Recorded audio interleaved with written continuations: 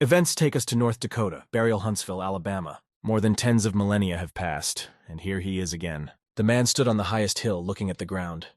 Everything has changed since he was last here. And today, thanks to the thunder of tribulation, he will finally open the Dantean seal, the place where vital forces are concentrated. In front of the main character stretched a city with a long history. He, Richard McDowell, will finally be able to break through the realm of key purification, which he has not been able to do for all these millennia. He was not alone in this place. He is a teacher, and from him, as from a teacher, those who faithfully followed him as a guiding star expected help.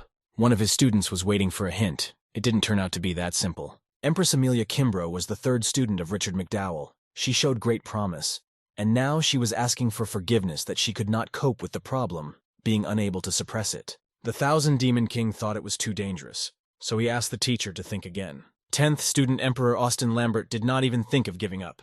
He was sure that he could resist it. Finally, Richard McDowell decided that enough was enough. He stood on a high cliff observing everything from above. Richard knew that among his disciples, there were those who could break into the sanctuary. But because of him, they were doomed to remain in North Dakota for thousands of years. All 4 disciples unanimously asserted that if it were not for Richard, they would not have been able to call themselves emperors. They were ready to improve all their lives so that the teacher could remove the seal from the Dantean Energy Center. Richard McDowell, who thoroughly studied all aspects of spiritual and physical improvement, trained the best representatives of North Dakota for tens of thousands of years. It so happened that due to the innate seal on the Dantian, Richard McDowell froze at the stage of purifying the key energy. McDowell decided to break the seal using lightning. As a result, he will gain the long-awaited freedom or death. A dragon rushed swiftly from heaven towards McDowell. Another moment and he will overtake the great teacher. But together with the dragon, everything around was illuminated with hundreds of lightning bolts. Everyone around fell into a daze, and only Austin Lambert, Richard's 10th student, tried to calm his brothers and sisters, because in the whole world there was no one equal in strength to their master. Amelia looked at the flying dragon with bated breath. She did not doubt her teacher, but the size of the monster was terrifying. But it seems that the master was defeated. The space around shook with his heartbreaking scream. The master's cry sank into the abyss, merging with the cry of his students. Have thousands of years of hard work gone to waste? No, it can't end like this. Richard McDowell is not one of those who will just put up with it. 700 years have passed. Everything starts all over again. Or rather, it continues. Richard's body is chained, but his spirit is not defeated. He is waiting in the wings. He is immersed in sleep. It seems that even life-giving water is unable to awaken him from sleep. McDowell is unconquered. He is only between 2 spaces, dream and reality. The lady was sitting on the throne when a servant approached her to tell her unpleasant news. Her captive is still in a state of sleep. But the lady did not particularly care about this fact. Something else was important to her. Everything that previously belonged to the McDowell family is now in her possession. Richard tried to break out of his slumber. He must break the chains that bound his body and free his spirit. The lady felt like a winner, believing that she was in control of the situation. But there was something else. One unfinished business. She only had a fragment of the Emperor's book left, but such sword techniques were now useless, and the realization of this infuriated her. Unable to control her emotions, the mistress tried to throw out all her negativity on McDowell. He dared to waste her precious time. In a fit of anger and despair, the girl gives the order to feed the master to the dogs. Richard finds himself thrown out into the field. He's still in chains, but freedom is near. The master lay motionless, gathering his strength to rise again. A life-giving ray of energy penetrated his forehead, awakening him from sleep. McDowell opened his eyes, trying to understand where he was. There were fragments of memories in my head, but gradually everything became clearer, and Richard was horrified by the realization that he had been reborn in a completely different body. But the main thing was something else. The master managed to save part of his soul when his previous body disappeared forever. And now, 700 years later, part of his soul ended up in the body of one of the descendants of the McDowell family to awaken memories of a past life. The lady did not yet understand who she had to deal with, but her subconscious was already beginning to realize something. The master touched his solar plexus and felt what he had been striving for. The seal that had been with him throughout his entire existence finally disappeared. Richard clearly remembered that the Arkeston family had always sought to acquire the secret sword techniques of the McDowell family. It was for the purpose of self-defense that the McDowell family passed on this technique to Richard so that he could merge with the Arkeston family. But on their wedding night, something happened that Richard never expected. Lorraine Arkeston took the formula of the technique, broke Richard's Dantian, ending his existence. Lorraine put Richard in prison and visited him every day to mock him. And now McDowell mentally turned to his family, hoping for understanding. Richard wanted revenge. Now he will play by Lorraine's rules. Events take us to the McDowell family home. The elder sat on the throne. Elizabeth, Richard's sister, bowed before him. The girl on her knees begged the elder not to marry her off. The elder reminded Elizabeth that Master Stanley Wormwood personally came to her because he respects and appreciates her. But the girl chose to reject his advances. Clay McDowell was the elder of the family, and as an elder, he chose this marriage for Elizabeth. The girl did not appreciate such care, continuing to cry over her unfortunate fate. What the elder did was unfair. Stanley Wormwood was cynical and rude.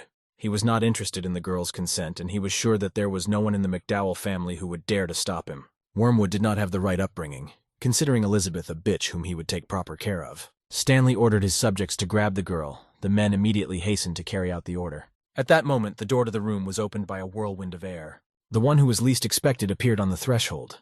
It was Elizabeth's brother. Out of surprise, the villains released the girl from their hands. Elder did not know what to do. You can expect anything from Richard. The guy deliberately drew out his words, seeing the confusion on the faces of those present. Richard asked who dared to say that none of the McDowell family was able to resist. But there was no answer. No one dared to contact Elizabeth's brother. Richard looked around at those present, not finding a single daredevil. Everyone continued to stand in confusion, and only Elizabeth, without hiding her joy, rushed to her brother. Richard returned to protect her. Now Richard understood why the universe wanted to place his soul in the body of the young master. Stanley was the first to break the silence, deciding to talk to his fiancée's brother. The would-be groom emphasized that Richard, as soon as he left prison, again sought death. The scoundrel suddenly felt like the master of the situation, cynically declaring that today he would allow Richard to kneel and be present in the bedroom on his sister's wedding night. Wormwood grabbed his sword, continuing to gloat that he would be pleased if Richard watched him and Elizabeth. At this moment, one of the subject's sword left its scabbard, heading straight into Richard's hands. Another moment, and the sword was in the hand of young McDowell. Stanley lost his sense of self-preservation for a second. He stood directly opposite Master McDowell. The blow was struck with lightning speed, and a moment later, young Wormwood found himself lying on the floor in an unsightly position. The elder was shocked by what he saw. He didn't expect it to end like this. The rest of Wormwood's subjects were also lying on the floor. Clay demanded an explanation of how Richard dared to raise his hand against Mr. Stanley, because now the Wormwood family will take revenge for the crime committed against them. The elder feared that the McDowell family would now be razed to the ground. Richard was outraged by how the elder put it. The guy compared Clay's family to garbage, trying to pretend to be wolves, but at the same time whining in front of strangers. The elder became furious, claiming that if anyone had destroyed their family, it certainly wasn't him. And after a short pause, Clay generally quipped that they really were of no use. Still enraged, the elder drew his sword and declared that he intended to kill Richard like a black sheep as an apology to Master Wormwood. Clay was going to use the Skynet technique. Richard never had much respect for the elder, but today he was once again convinced that he was right. Young McDowell had his own technique, and now he used it with complete confidence. The elder did not expect to meet such strong resistance. The young master surpassed him in his skills. Richard looked sadly at the elder McDowell. Yes, this old man has already lived long enough, but now his time has come. Clay couldn't just give up. He had so many plans, and most importantly, power that he didn't want to let go of. The young master felt unprecedented strength in himself. Now he was completely renewed, and the time for retribution had come. The blow has been struck. The elder let out a cry. This is what complete defeat sounds like. His time on this earth has come to an end. Richard stood proudly raising his sword. He defended the honor of the family and defended his sister. What happened was unexpected for everyone, because Richard was still at the stage of purifying his key energy. At the noise, other people appeared, and with them Daniel Harp, the third elder. Those who arrived were interested in the question of whether Elder Harp had seen the Emperor's book. Elder Harp knew that the Book of the Emperor was an Emperor-level technique, which was based on many years of experience and knowledge of spiritual power. This technique was passed down in the McDowell family from generation to generation. The technique was created long ago by Master William Radcliffe, known as the creator of the Imperial Sword. Unfortunately, the formula was partially lost. Only a fragment of it remained, which is why the McDowell family is in decline. Young McDowell tried to calm his sister down, promising that everything would soon be over. And Daniel Harp wondered if this guy had found the true formula. Memories from past lives surfaced in Richard's head. The fragment from the mind of the original owner is similar to the imperial scripture of their family. It all seemed so familiar. Perhaps this was the technique of William Radcliffe himself. The main character had no idea that 700 years later he would find traces of his students everywhere. But there was another question that haunted the master. Why so little reached his descendants?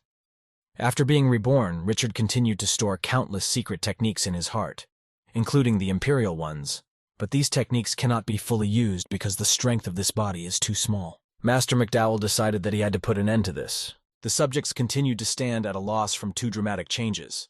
Daniel Harp, as befits an elder, was the first to get his bearings, deciding that now the place of elder of the McDowell family rightfully belongs to Richard, because he was the only one who understood the true meaning of the family scripture. People were still confused for a moment, realizing the meaning of what was happening. Daniel was the first to bend the knee, and others followed his example. The people greeted the new elder. Richard looked around at those present, declaring that everyone was already aware of current affairs, and accordingly he would not waste time on unnecessary explanations. But there were also those who did not want to recognize Richard McDowell as the head of the clan. The reason, according to the subjects, was quite compelling. The actions of the young master offended the Arkeston and Wormwood families. Elder Harp explained his decision simply. If Richard is recognized as the head of the clan, then all responsibility will fall solely on his shoulders, and if he manages to overcome them, then everyone will share the success. But Daniel's decision was not as simple as it seemed. He decided to use the current situation to his advantage. If Richard were defeated, this would be an excellent reason to get rid of him. Harp's words sounded convincing, and his subjects were forced to recognize the wisdom of his decision. Brother and sister stood at the entrance to their house. The hard day was over, and the evening gave hope for the best. In the presence of her brother, Elizabeth finally felt calm. The girl admired Richard, because he managed to defend the honor of the family, and now no one would dare to mock them. The brother did not have time to answer anything. Blood started coming out of his mouth. Elizabeth was very worried about her brother and asked him to lie down. Richard was very dear to her as the only person close to her. The girl was very worried, but her brother tried to calm her down, especially since in order to avoid problems it was undesirable for them to be heard. As much as the guy would like to deny the obvious, his current body could not even withstand a blow from a sword, which meant that he would have to quickly return to his previous level. To begin with, Richard had to harden his body, and then turn to the practice of true chi in order to improve spiritual strength and raise the level, overcoming the ascetic stage and rising even higher. The young master had a goal, to break through the void and the monarch stage to reach the heavens. For tens of thousands of years, the main character could not rise so high because of the seal placed on him. And now, having received this chance, Richard will definitely compensate for all the sorrows of past lives and reach the very top. The initial task was to harden the body in order to increase its level and strength. While the guy was making a plan for his actions, the sister was still worried about his condition, asking him to calm down and watch his breathing. The brother was silent thoughtfully, making the girl worry even more. Finally, Elizabeth promised that she would not allow anyone to bother him. But that wasn't what Richard was concerned about right now. Something caught his eye. The main character noticed that the girl had a dagger with her, which meant that if he had not arrived in time, the young lady would most likely have committed suicide. McDowell was aware that by his actions he had started a war with the Wormwood and Arkeston families. Well, we will have to solve these problems as they appear. And now Richard decided to choose a specific scroll as his main skill. Quickly upgrading it, the guy will be able to protect himself. Now that plans were set, McDowell had to begin the process of improving his body. Purification of energy was not new for the main character. He had already gone through this in a past life. The current body is too weak, so it would be more advisable to work on your physical strengthening for now. Richard decided to take the practice of the 10 freedoms as a basis. The main character took the lotus position and began the process. The process turned out to be difficult and even painful, but the guy did not intend to stop. Richard's screams spread far beyond the house. Elizabeth guessed that her brother decided to break out of the kingdom of the small spirit. McDowell was pleased with himself. The spiritual energy that he had tried to attract many times in his past life was finally with him. Events take us to the house of the Lambert clan. The Lambert clan spanned many generations and had a distinguished past. The subjects treated this family with great respect and reverence, and now they went downstairs, hearing the noise and assuming that the elder had arrived. The guy who came in had arrived from Fargo, and now he stood proudly on the threshold of the house, forcing the servants to tense up in anticipation of the unknown. The elder of the Lambert clan, Michael Ray, did not hide his surprise. He couldn't believe that the guy who came in was their patron. Elder Michael's surprise was natural, because in all the years of the existence of the Lambert clan, no matter how much danger they were in, the patron never responded to their calls. People, whispering, actively discussed the event. First of all, what kind of person managed to attract the attention of a patron? People also heard that Elder Edward Loram in Fargo accepted a disciple named Lorraine Arkeston, who at age 18 managed to break through the realm of the lesser spirit.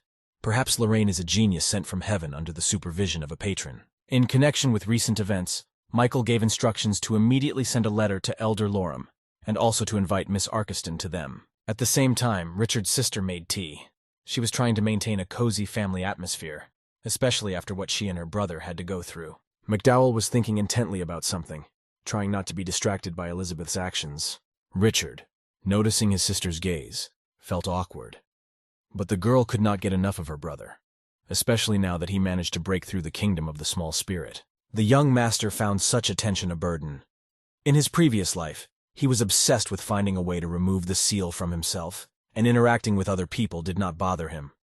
Now he had a sister, which further complicated the situation. While the main character was thinking about how to solve all this, they came to him to tell him that someone had come to him with a question. Richard needed to receive a visitor, and so he asked his sister to leave. The visitor turned out to be Elder Harp. He reported that Miss Arkeston had just arrived at the Lambert clan with the help of Elder Edward Loram.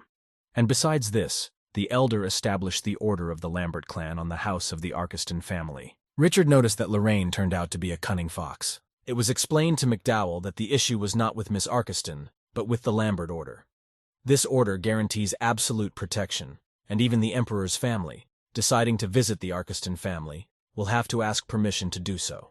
The main character still didn't understand what the problem was, and then they explained to him that since the McDowell family had crossed Mr. Wormwood's path, the only thing they could count on was the help of the Arkeston family. But the problem was that Miss Arkeston divorced Richard unilaterally.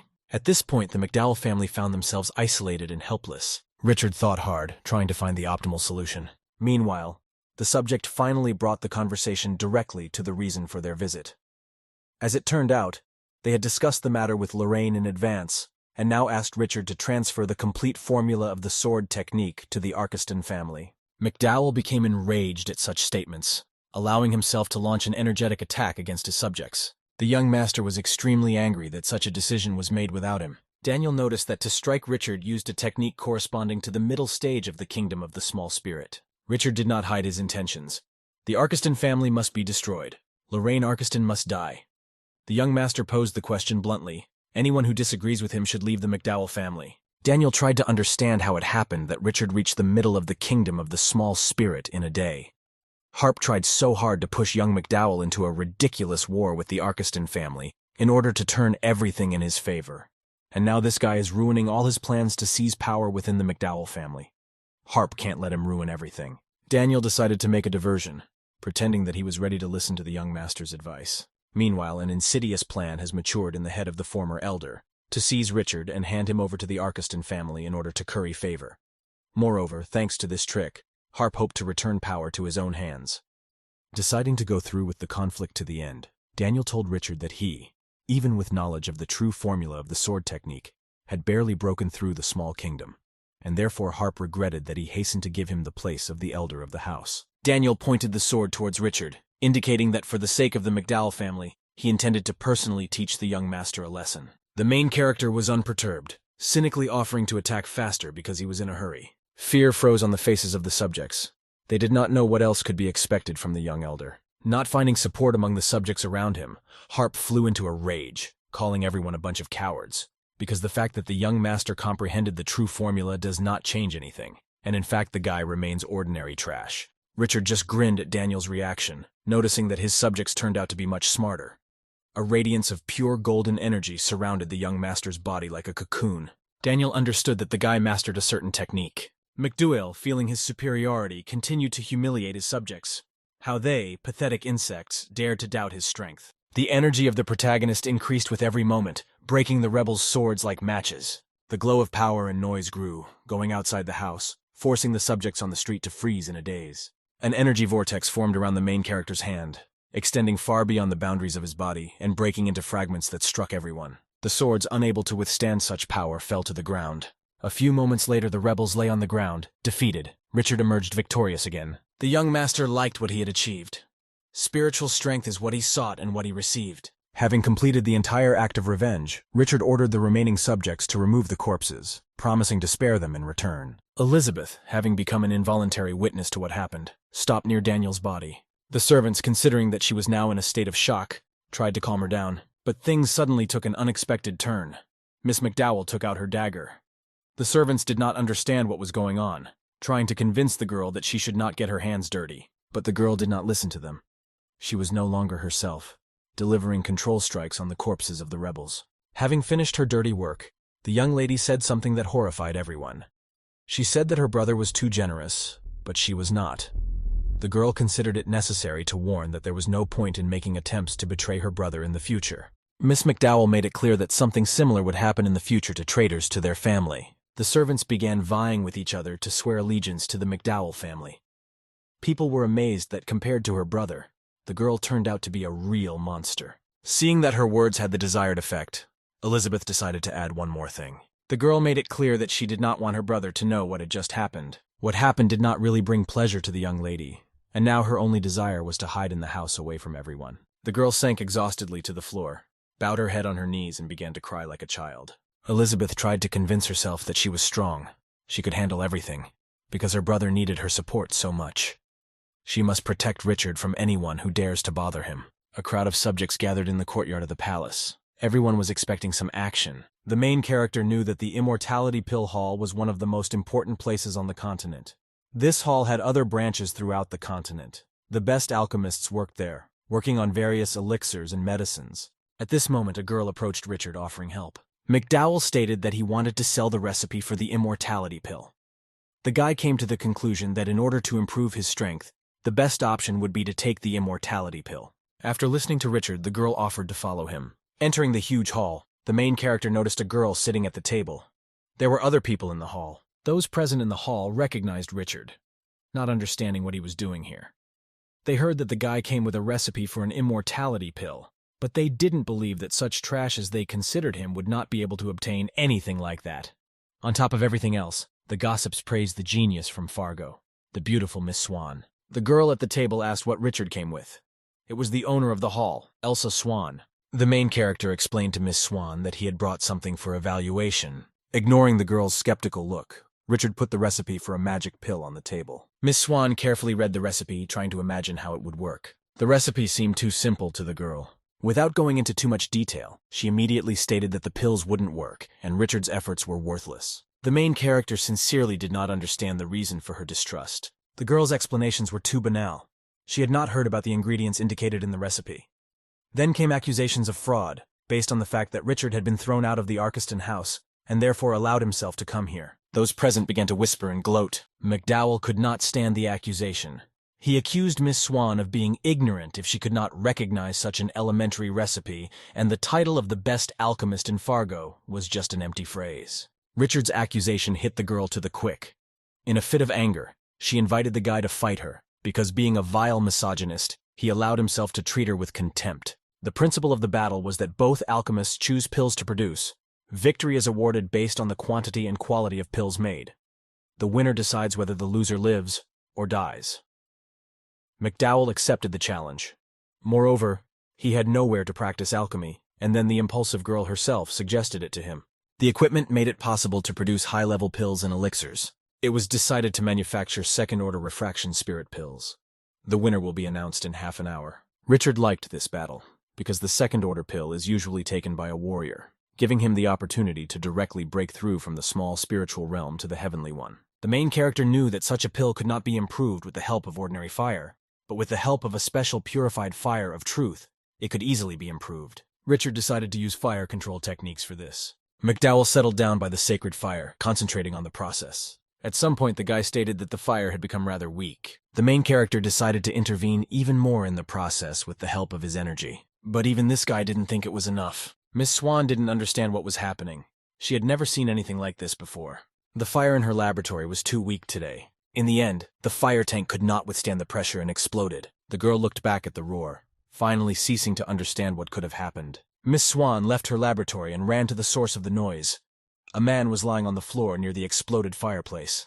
The man turned out to be the master of the Immortality Pill Hall, Ronald Lusper. Breathing with difficulty, the man declared that it was all over. Mr. Lusper could hardly hold back his tears. All his herbs, obtained with difficulty, were hopelessly spoiled. These were fourth-grade materials. Miss Swan was still tormented by the question of why their fire had weakened so much. Suddenly, the recipe for pills McDowell brought came to her mind. The girl asked Master Lusper what could be done if she took the Heavenly Tablet, Frosty Leaf, Earthen Collection, and Wolong Grass. Ronald was surprised to hear the recipe. The girl listed fourth-grade herbs that she could not know, because she was a first-level alchemist and should not have touched them. Master Lusper was glad that the recipe for the ancient pill had been found. Thanks to this recipe, it was possible to purify the 4th level. Now Miss Swan was surprised. The 4th level was quite serious and beyond her strength. Ronald, without hiding his indignation, began to scold the girl. The master guessed that she had again entered into an argument with someone. Miss Swan stubbornly refused to accept the fact that meeting someone better than herself was in the order of things. Mr. Lusper once again reminded Elsa that if she continued to rely on the title of the best alchemist in Fargo, she would be insulting her master. Unfortunately, the young lady did not understand anything.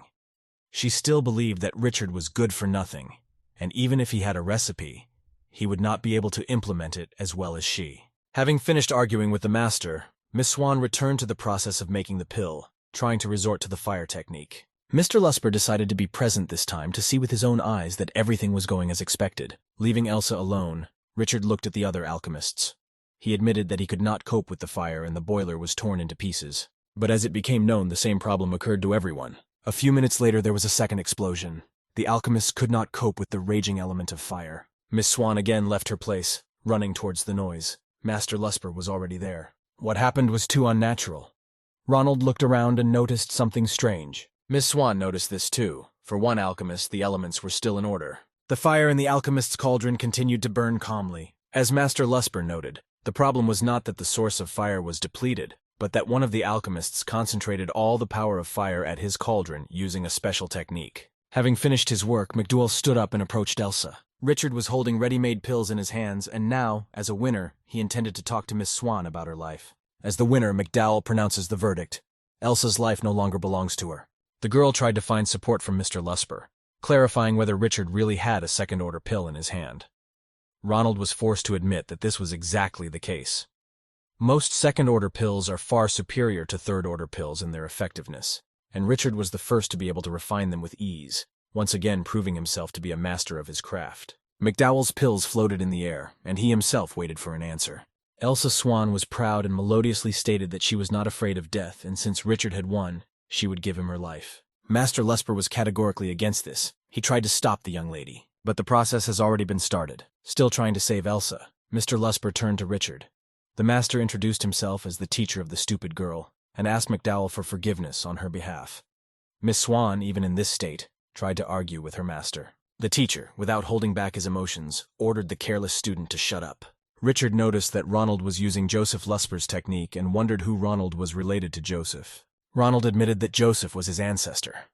Ronald thought it strange that Richard knew his ancestor. McDowell was surprised by the fact that Joseph Lusper was an alchemist of the 10th rank, while his descendant, at 40 years old, has only the 3rd rank. Ronald explained that the knowledge of his ancestor was lost over time. And although Ronald is his direct descendant, unfortunately he knows only superficially about his ancestor. He was ashamed of it. Richard admitted that he was indebted to Joseph, and today McDowell intended to pay this debt. Ronald was shocked by such a confession. He couldn't wrap his head around the fact that Richard knew his ancestor. McDowell directed a stream of energy to the forehead of Master Lusper. The main character decided to transfer some knowledge to Ronald. After the end of the ritual, Master Lusper acquired the full amount of knowledge from his legendary ancestor. Ronald gratefully accepted such a great gift. He understood that to use such techniques it was necessary to achieve at least the 5th level of alchemy. It was an honor for Master Lusper to meet the ancient Master McDowell, and it was especially surprising that the spirit of the great teacher was now in the body of this young man. Richard said that he did not know Joseph Lusper personally, but when the young man was mocked for his key practices, Joseph stood up for him. In Richard's memories, a moment surfaced when Master Lusper firmly put in their place the scum who were only capable of discussing people behind their backs and condemning them. And now, many centuries later, McDowell has finally paid his debt to the great Master Lusper. Richard could not even imagine that the descendants of the great Lusper would be so weak. Having finished with Ronald, the main character remembered the careless girl who was still waiting for her fate. Miss Swan, not realizing anything, continued to show her stupid character. She was ready to accept death. Richard did not consider it necessary to kill the girl and limited himself to a slap on the head. The young lady perceived such a gesture as humiliation. No one had ever dared to lay a hand on her like this. McDowell did not consider it necessary to stand on ceremony with those who did not deserve it, and he directly told Elsa everything he thought. Just because her teacher makes allowances for her doesn't mean others should do the same. In addition, at 20 years old, the girl was only a 2nd-level alchemist. This is not a reason for pride, and if not for Ronald, the girl would have long ago paid for her arrogant behavior. Lambert thanked Richard for the lesson he taught, which angered his student even more. The main character could not understand why Ronald continued to babysit this girl. The three of them stood in the courtyard of the palace, and the sky above them was lit up with bright flashes like fireworks. McDowell explained that this was a special technique of their family and it was used on special occasions, if someone died or was born. In this way, a sign was given to all representatives of the clan. And now, having seen the flashes, Richard thought about what could happen this time. At that moment, the unexpected happened in the McDowell family home. Donald Wormwood allowed himself to break into someone else's house and brutally interrogate the servants. He demanded to know where Richard McDowell is now, but the servants refused to give up their master. The subjects were faithful to their oath of allegiance to the master and were ready to endure any torment. Finally, one of Wormwood's servants could not stand it any longer and turned to his master. He didn't know what to do. McDowell's subjects continued to withhold the necessary information. Donald was a very cruel man and without hesitation ordered his servants to kill McDowell's subjects one by one, hoping that one of them would speak. Now it's the turn of Richard's sister. Donald put a dagger to her neck, declaring that he would not kill her. The reason was the same. Wormwood's son liked Miss McDowell. Donald's decision was monstrous. He forced Elizabeth to enter into a posthumous marriage with Stanley. Richard's appearance turned out to be timely. The general schadenfreude was broken. Wormwood Sr. forced the main character to make a tough decision. This day will be fatal for Donald's family. McDowell stated that from now on the Wormwood family will cease to exist. Elizabeth again found salvation in her older brother. The subjects rejoiced at the return of Master McDowell. Finally, their torture would end. Wormwood immediately identified McDowell's technique. This was the middle of the heavenly spirit realm. One of Richard's subjects reported that until the moment Richard left home, his level did not exceed the small kingdom, and it was a mystery how McDowell managed to reach a new level so quickly. There was a golden glow around Richard's body. A bright, powerful aura was integral to the young master's physical body. McDowell's servant immediately received punishment for his long tongue. Richard was hurt that there was a traitor in his house. Other servants of Wormwood were ready to give their lives for their leader, but Donald suffered from excessive pride, deciding to deal with McDowell himself. The scoundrel drew his sword and prepared to strike. Richard remained calm. His face did not express any emotion. The main character immediately determined that Wormwood uses the technique of the leaders of the princes. McDowell was outraged by only one thing. Donald dared to appear in front of him, possessing such terrible fighting skills. It was not difficult for the main character to cope with such a pitiful opponent. Wormwood was furious. He could not match the strength of the young master. There were more and more blows. McDowell was unsurpassed. Wormwood turned out to be stupider than expected. He stated that all this was a trick and he would easily take the life of the young master. McDowell did not even consider it necessary to attach significance to the words of the scoundrel. Richard ordered Donald to drop his sword, but the scoundrel continued to fight. Wormwood shouted, realizing that he could not defeat the young master, but admitting defeat would be beneath his dignity. At some point, Richard decided to use the technique of the Lambert clan, despite the fact that only the elders had the right to use this practice. The servants, seeing Wormwood's imminent defeat, tried to intervene by coming to their master's aid. As a result, everyone got it. Richard easily scattered the attackers to all sides. Finally recognizing that McDowell could not be dealt with, Wormwood ordered everyone to retreat. But Richard was not going to let the scoundrel go so easily. Donald was out of his mind with fear. Arriving at the house of his enemy, he did not expect such a shameful outcome. It was too late to retreat. Richard intended to finish what he started. The sounds of battle and the cries of defeated enemies were heard throughout the entire area. At the same time, having heard that trouble had happened to the McDowell clan, Ronald decided to come to the rescue with alchemist warriors. What appeared before Lusper's eyes shocked him. Richard stood on the mountain of corpses, grinning about what kind of trouble there could be. The alchemical warriors watched in horror the consequences of the short battle.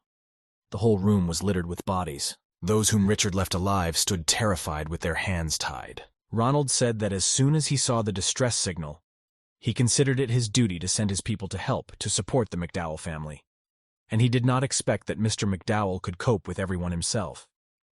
Lusper was surprised that Richard was not only a first-class alchemist, but also a martial artist. Having recovered from the shock, Lusper ordered his people not to stand like a pillar, but to immediately send the wounded clan members to him for treatment. For himself, Ronald decided that Mr. McDowell was a great man with his own secrets that no one should know about. When it was finally over, Elizabeth rushed to her brother to find out if everything was okay with him, although there was no doubt about it. Miss McDowell was happy to have such a brother, and the most important thing for her was that everything was fine with him. But still, one question haunted the girl: why Richard used this particular technique during the battle with the head of the Wormwood family.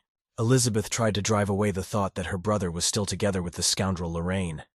If so, she will never forgive it. Richard couldn't find an answer. Then Ronald, in order to defuse the situation, explained that Miss Arkeston had recently been accepted as a student by Elder Edward Loram from the Lambert clan, and therefore Miss McDowell was interested in why her brother owned this technique, suspecting that it was Miss Arkeston who taught him. Master McDowell was surprised by this assumption. And what could be the connection between the Lambert clan and this technique? The guy thought, it can't be that this technique went to the Lambert clan. Ronald decided to clarify whether Richard knew that 3,000 years ago, Emperor Lambert founded the Lambert clan on Mount Hunter, which at that time was the place with the strongest energy, which made the Lambert clan one of the most powerful. Richard confirmed because he remembered this. McDowell was the one who chose the name for the clan, and it is to him that this formation belongs. That's why he uses this technique. The main character is immersed in memories of a past life. He clearly remembered the event Ronald described. Then the clan members thanked him for his help. In Master McDowell's hand was the symbol of the future clan. It was then that he handed it over to Lambert. This symbol was a special kind of formation. Lambert said that 700 years ago, the Emperor mysteriously disappeared immediately after his ascension. So the enemies of the clan came to take revenge. Without a leader, the Lambert clan became weaker day by day, and eventually people were forced to retreat to the borders of the wasteland, which is now called the land of the Lambert clan. The main character noticed that the distance between the wasteland and Mount Hunter is very large, and now he remembered that he had sometimes heard the elders mention the Lambert clan, but then Richard considered it a simple coincidence of names. But it turns out that these people are indeed descendants of the clan. McDowell suggested that something most likely happened to Lambert at the very moment when he tried to break the seal. Richard blamed himself for the fact that it was his fault that the Lambert clan was now in such dire straits. Therefore, the main character made a firm decision. He will return his student's clan to the path of prosperity. And now Richard remembered that it seemed that Lorraine Arkeston had a younger brother. The main character was not sure about this, and therefore, just in case, decided to clarify this with Lambert. Ronald confirmed that the only male descendant of the Arkeston family is named Stephen Arkeston, and this man is known for his atrocities in Fargo. Stephen feels unpunished because no one dares to speak out against him. The main reason for this is that his family is the head of the 8 great families. Hearing this, Richard just grinned. There will be no more 8 great families, since Edward Loram turned out to be so stupid that he granted the protection of the Lambert clan to the Arkeston family. Then this will have to be corrected urgently. McDowell needed to find someone, and he set off immediately, asking him to take care of the wounded for now. Let all Fargo residents now know what will happen if they dare to oppose the McDowell family. At the same time, a banquet was planned in the Arkeston family. Gregory, head of the Hal family, congratulated the head of the Arkeston family on receiving the Order of Protection. Harold, the head of the Hank family, joined in the congratulations, adding on his own that now with the Order of Lambert, they are no longer afraid of anyone, not only in Fargo, but throughout the entire empire. The head of the family, Bruce Arkeston, proudly accepted congratulations, politely adding that the guests were too kind. One of the guests presented ginseng as a gift, insisting that he specifically sent his people to Dallas for this. Bruce took gifts for granted. The idyll was disrupted by the spectacular appearance of the main character. Everything around was lit up with a bright flash. Bruce was furious at such a surprise. He did not expect that someone would dare to disturb his peace. Upon entering, Richard introduced himself to the stunned guests and announced that he too had come with a special gift. McDowell's gift turned out to be the son of the head of the family, Stephen. The guy was lying on the floor, crushed by Richard's foot, and crying out for help. Bruce was beside himself with anger, demanding that his son be released immediately. The high-ranking guests recalled that the Arkeston family is under the protection of the Lambert Order, and no one dares to threaten them. The servants surrounded Richard on all sides, also demanding the release of their master. Seeing that his demands did not have the desired effect, Bruce turned to threats. He promised Richard that if he let Stephen go, his life would not be painful. Such words only made McDowell laugh. He recalled that the last one who threatened him subsequently turned to ashes. Lifting Stephen by his clothes, the main character quipped that the gift most likely was not to his liking. Richard continued to amuse himself at the helplessness of his enemies. He was preparing another surprise. McDowell struck the head son with a special technique, grinning that this was a different kind of gift. The anger on the face of the head of the Arkeston family gave way to horror. Now he already called Richard a master. Bruce screamed in despair, demanding to let his son go. This time McDowell accepted the request of the father of the family, abruptly throwing Stephen aside. Bruce grabbed his son in his arms, trying to bring him to his senses, but Stephen did not react. Finally, the guy opened his eyes. Stephen's face showed pain.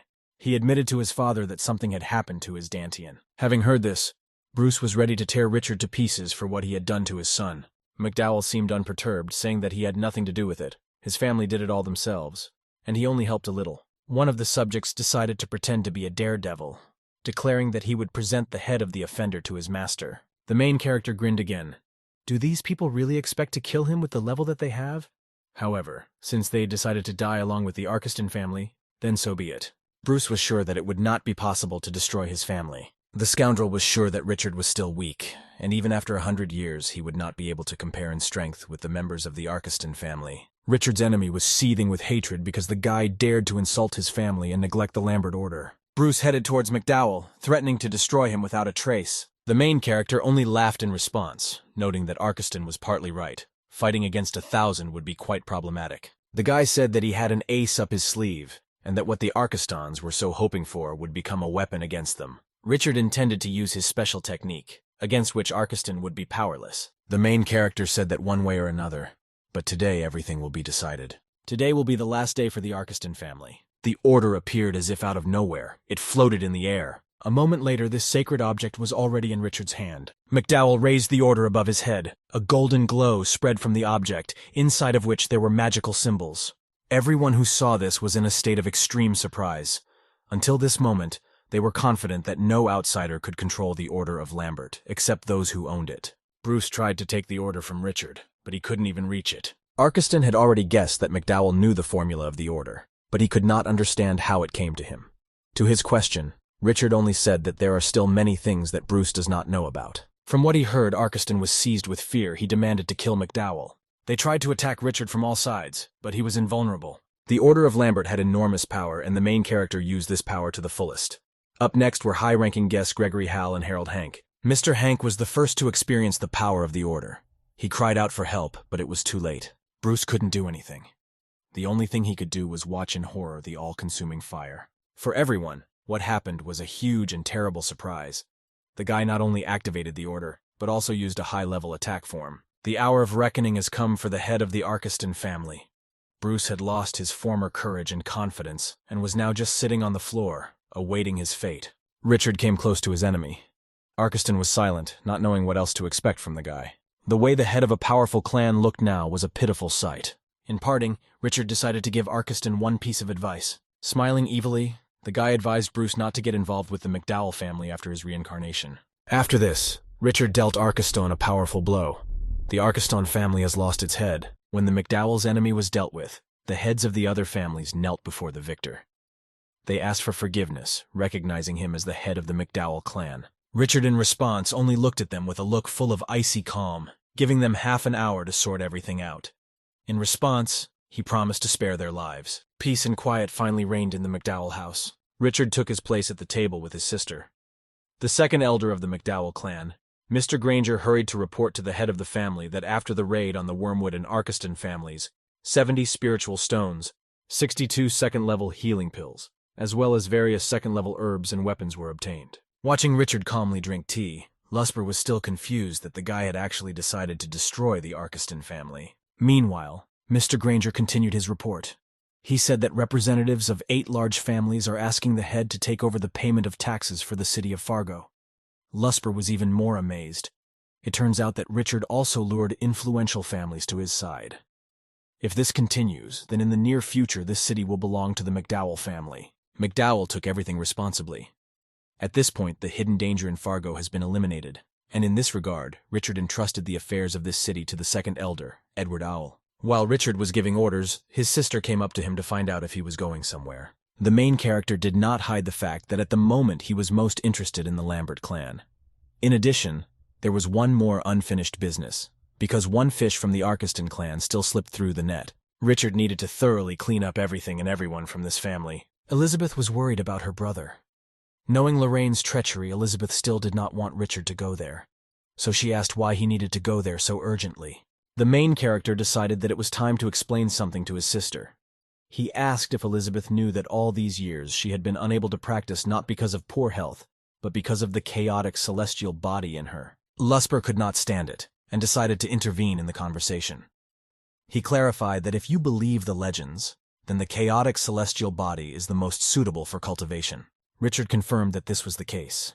If a cultivator fails to validate his abilities with one of the 9 great spiritual treasures, then the spiritual power will not be able to smoothly flow along the soul meridians and will not be absorbed. The advantage was that after activation, the cultivator's potential would be an order of magnitude higher than that of ordinary warriors. The main character loved his sister, but, as he himself said, he has a lot to do and cannot protect her endlessly. Richard was going to go to the Lambert clan to find a treasure that would help Elizabeth discover her abilities as soon as possible, so that in the future she would be able to protect herself. The young lady was touched to the depths of her soul by such concern. The girl could not contain her emotions and hugged her brother tightly. Richard found such manifestations of feelings a burden. He did not like being hugged. McDowell decided not to postpone his plan and set off, although Lusper doubted that the Lambert clan would easily give up the treasure. The main character had his own special plan for this. He knew what to do to force the clan to give up the treasure in an amicable way. The first thing Richard did was to mount Foraker. He was sure that he was not mistaken. Even now, remnants of spiritual vibrations were felt in this place. The protagonist did not expect that the fluctuations in spiritual power would be so weakened. It took a long time. Richard gathered all his energy together, trying to curb the elements. Everything that needed to be done was done.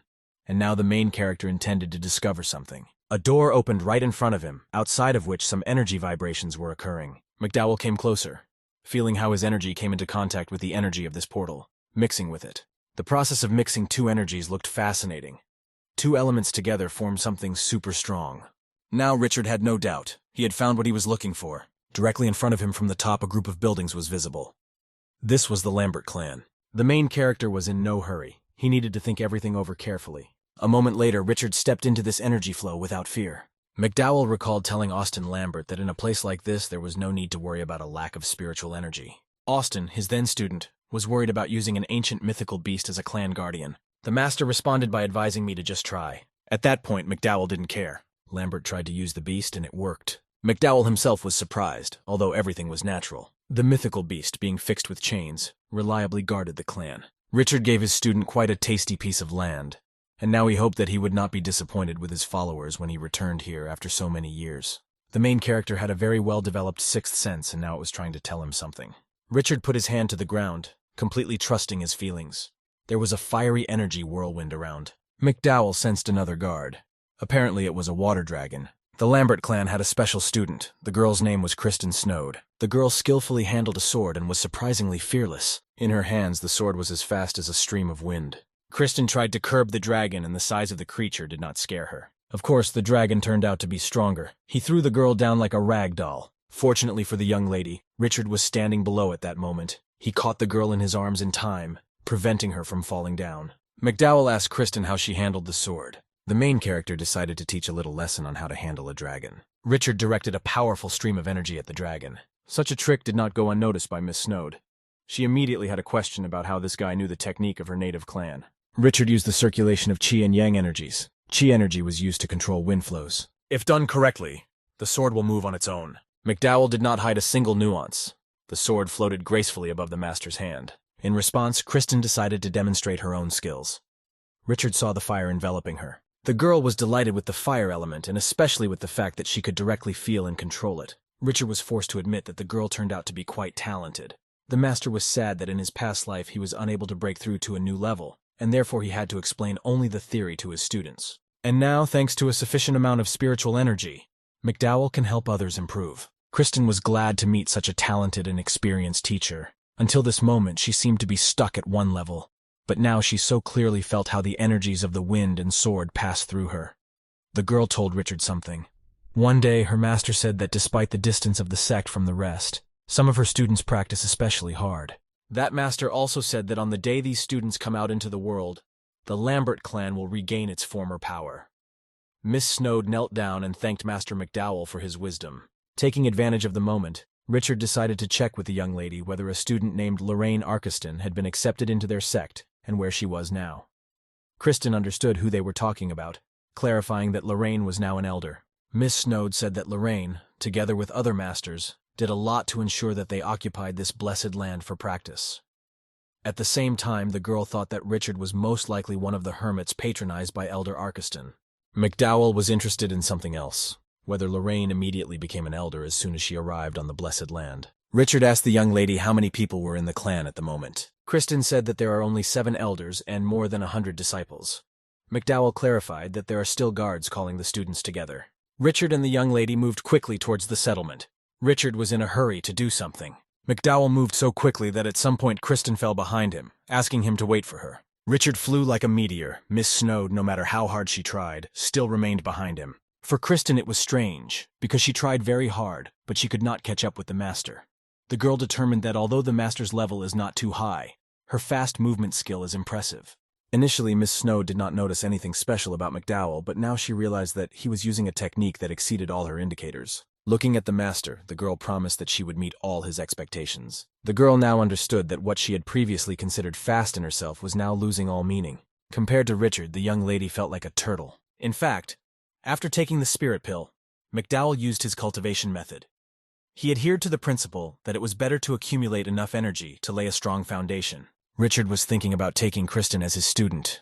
The girl showed great promise. The young lady tried to keep up with McDowell. She couldn't afford to miss this man. Master McDowell reached the point he needed and stopped. Mount Rainier stretched out before him.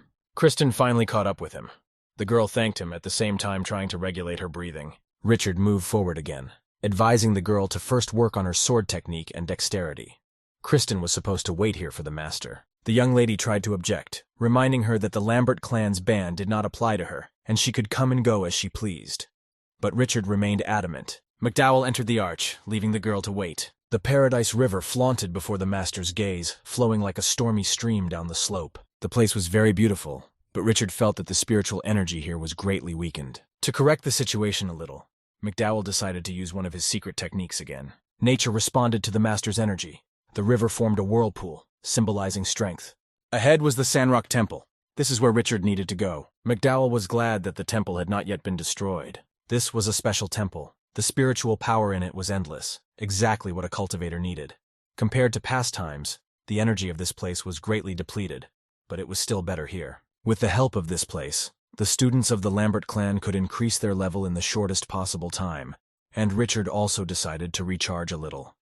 Suddenly, his meditation was interrupted by Kristen's scream. The girl had just successfully repelled the attack of one of the clan's students who was trying to get close to Richard. The young lady turned out to be a surprisingly good fighter, so Harry Wilburn, who attacked her, was forced to stop. Harry accused Kristen of allowing an alien to violate their borders and destroy the source of spiritual power. The girl tried to explain to Harry that Master McDowell used a special movement technique, and this only proves that he is in fact one of them. But as might be expected, Wilburn doubted the veracity of such a statement. The guy showed extreme disrespect, saying that Richard was an ordinary cultivator with a mediocre level and was not a master at all. Harry also suggested that Kristen and Richard had a private meeting. Wilburn did not have time to finish his vile speech when he was suddenly overtaken by a strong blow.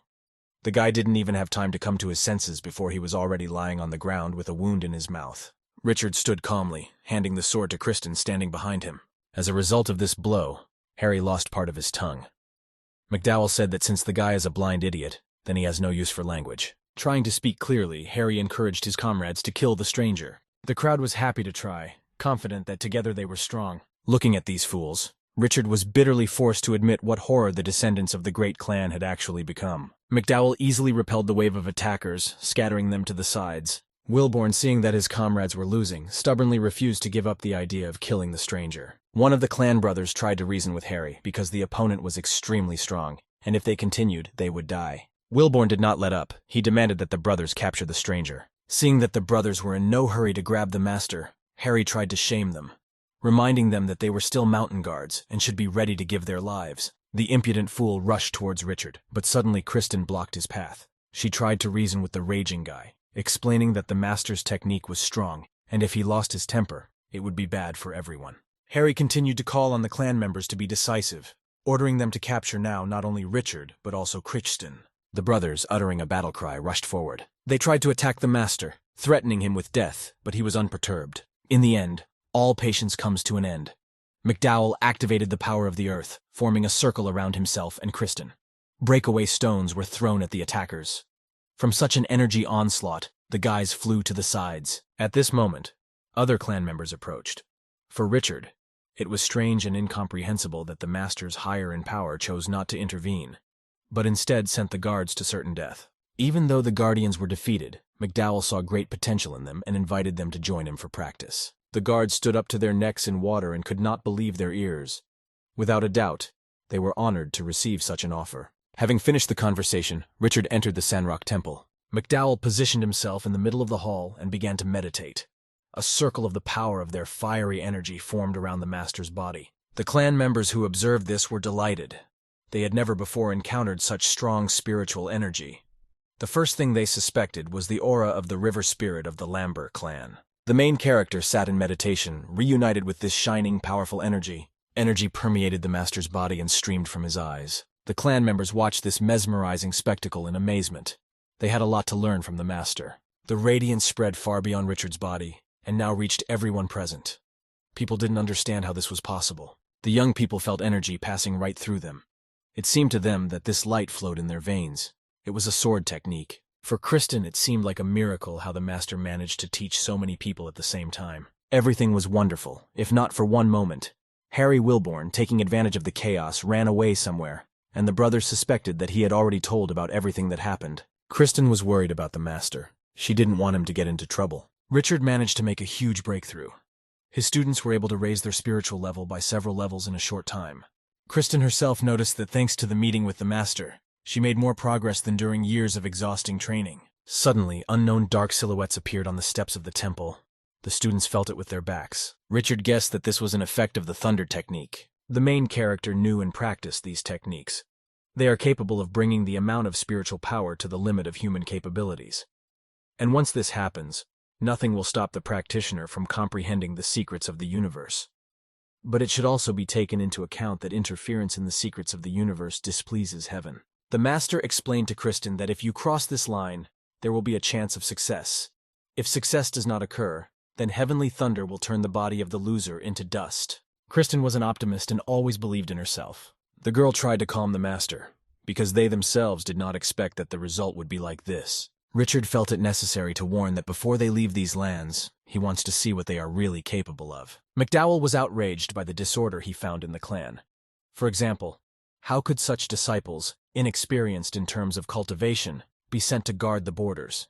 At some point, Kristen thought that the master's eyes showed a thirst for murder. Inexperienced and weak members of the clan were scattered to the sides under the onslaught of powerful wind energy. Kristen was afraid for the master and suggested that he run away with everyone else before the thunder overtook them. Richard promised that nothing would threaten the young lady next to him. McDowell brought his hand to the girl's face and her whole body seemed to be covered with a protective cocoon. Other members of the clan also found themselves inside the energy ball. A powerful air current seemed to blow people out of the temple, lifting them high into the sky. A moment later, the flow weakened and everyone quickly flew down. The temple was still shrouded in golden energy. The glow was everywhere. A cold stream of wind fell from above onto the temple from heaven, sharply contrasting with the golden light. Richard was calm, despite the fact that the temple was no longer as full of energy as in the past. This was enough. Having invested his strength in his students, the master expected return from them, expecting that they would work harder on themselves and not hide. The members of the Lambert clan have experienced many changes over the past few hours, and it is not surprising that they are now confused. The master explained that in such a situation you need to leave your bewilderment, and instead concentrate and calm your mind, taking the thunder for granted. McDowell made it clear to the disciples that this thunder was heaven's answer to their prayers. It was difficult for the students to understand the meaning of what was said. They didn't know that they could not only practice on their own, but also accumulate thunder energy. Right from the very center of the hall in the temple, a column of golden light rose high into the sky. Around this glow were vortices of blue thunder energy. McDowell stepped right into the midst of these two energies. Kristen looked at this as if spellbound, and without doubting herself for a moment, she asked the master to take her with him. Richard refused the girl, explaining that she should practice on her own. Moreover, this technique will not bring him any benefit. The main character knew that this technique, like the energy of thunder and lightning, would not help him increase his own level. Contact with these energies implied a completely different goal. The processing of this energy can greatly increase the strength of a cultivator, but only at the lower levels. Despite his not yet high enough level, Richard was mentally far removed from his students. Even without these explanations, everyone knew that the master had long ago comprehended this teaching. All this time, he simply showed his students which direction to move in order to become stronger. The students knelt down and bowed to their teacher with gratitude, promising that they would follow him forever. There was something that haunted Richard. All the descendants of his students had already reached a high level, and he should hurry up with a breakthrough. Otherwise, he simply would not be able to look them in the eyes. Outside the Paradise River, something else was happening at that moment. People gathered together because of an unexpected event. The subjects were in a hurry to tell Elder Croft important news. They said that Kristen not only allowed everyone to enter the temple, but also persuaded the mountain guards to join her. These people violated the ancient law, and therefore the thunder of heaven fell on them. Adrian Croft tried to reassure his subjects, promising that he would not just leave it like that. Harry Wilbourn clarified that there are many such people there, and he is afraid. Adrian despised cowardice, considering it the greatest vice. He looked at Harry menacingly, reminding him that there are clear rules for the Lambert clan. One of the rules was that if one of the students manages to break through to the level of the Celestials, then this student can apply for the position of an elder. Harry began to make excuses that he would not have allowed himself to do this. Croft recalled that he holds this post for a reason. The elder admitted that everything depends on strength. Kristen and other students stood on the side of a mountain. She looked thoughtfully at the endless sky, realizing how much she still had to explore. One of the students of the clan, Ethan Smith, approached the girl. The guy noticed one interesting detail. The master asked them all to leave, and he continued to study. It was quite strange. Kristen herself was surprised because with the level that Richard has, there should be no need for practice. He doesn't even care about the laws of heaven. The girl added that perhaps in this way the teacher wants to convey to them that they cannot stop there. Ethan completely shared her opinion. At that moment, Wilbourn appeared, demanding that Kristen come to him. Harry said that the elder already knew what they had done. Harry's eyes exuded hatred due to the fact that his opinion was not listened to then. Kristen and other students stood awaiting punishment for violating the laws of the clan. They heard Elder Croft scream. He was outraged that they managed to break through. Adrian could not understand how they, simple students, managed to reach the level of Celestials. The elder understood that if only one of the guards had broken through, it would already be on the verge of a myth. But all at once it is unthinkable. Adrian knelt down and with a sarcastic, helpful smile said that he greeted the elders. Harry did not let up. He tried to prove to Elder Croft that even with the use of the river's energy source, this bunch of fools would not have been able to break through so quickly. The elder could not contain his emotions and struck Wilbourn with a flourish, saying that he was the fool. Adrian screamed like crazy that the energy of the river had actually become many times stronger. The elder accused Harry that he seemed to be trying to set him up, because if Croft had captured all these students, he would have become a real sinner in the eyes of the entire clan. Croft grabbed Wilbourn by the hair and addressed Kristen, calling her an elder. Adrian said that he caught a student trying to slander others, and now he needs to decide what to do with the scoundrel. Miss Snowd, without hesitation, replied that they should do whatever they saw fit with him. A crowd of unlucky students began to beat Harry, calling him an idiot and accusing him that it was his fault that they missed a good opportunity. And now those who took advantage of this opportunity are superior to them in terms of spiritual development. The offended students believed that Harry had essentially dragged them into a terrible crime. The wind brought some message straight into Kristen's hand. The girl read it and said that things were bad. Several clans were heading straight towards them. The disciples hastened to inform McDowell that due to mass practice, the energy began to fluctuate, and this attracted the attention of representatives of the three clans. The disciples did not know what to do because these representatives were now heading here. Richard wanted to know who these representatives were and what clans they were talking about. Kristen named the Lambert clan of the Lewis Sword, Rupert's Palace, and Casserole Pavilion. All of them were under the control of the Fire Clan. The girl added that usually these clans get together to pay tribute. They are friendly only at first glance, but in reality they are ready to attack at any moment. Clan Lambert was often suppressed by the other three clans. Such news caused indignation in Richard. How dare they raise their weapons against the Lambert clan and oppress them? At the same time, the master asked if the Lambert clan was still with them. Disciple Matthew Coleman told the master that after many of the elders of their clan became hermits, the clan's affairs were not as good as before. McDowell assured the students that they were able to cope with all the problems on their own. Richard didn't have time to get involved in clan squabbles, but he couldn't ignore it either. In any case, Richard was determined to solve this problem once and for all. He told the disciples to leave him. Matthew and Kristen tried to understand what exactly the master meant, but most likely it will become clear along the way. Kristen suddenly remembered the master's question when he clarified whether the Lambert clan was still with them. Matthew didn't understand what she was getting at. The girl said that at that moment the master had a dissatisfied expression on his face, and if he had disliked the fire cult, he would not have worried about those three clans. In connection with all this, Miss Snowd came to the conclusion that if the members of the clans behave humbly, then they should not be touched, and if not, then they would have to be killed. At the same time, the elders of the three clans finally arrived and gathered in the palace to hold council. The elder of the Lewis Sword clan, Timothy Gumble, could not understand whether the Lambert clan had forgotten about manners. He was interested in how many students were sent by the clan. The elder of the Casherell clan, Rosalind Gardner, also expressed indignation, suggesting that the Lambert clan were only rude. Kristen did not tolerate this cynicism, and pointing to the door to the uninvited guests, said that for politeness they should return in 10 days. Gareth Dalton was outraged by this behavior of young people. He clearly didn't expect the members of the Lambert clan to suddenly show such confidence in themselves. Dalton tried to threaten the girl. Gareth wanted to hit Kristen, but Matthew deftly intercepted and blocked the blow. Dalton was furious that some pathetic student dared to stop him. Matthew not only took the blow well, but also fought back. McDowell's lessons were not in vain. The warlike elder was forced to admit that the young man was not a timid one. Dalton was interested in the question of what kind of master it was that taught Coleman to rush headlong into battle. Now the young student, following the example of McDowell, used the fiery glow technique. Gareth never expected to see such a technique performed by a young man. Dalton had difficulty holding the line.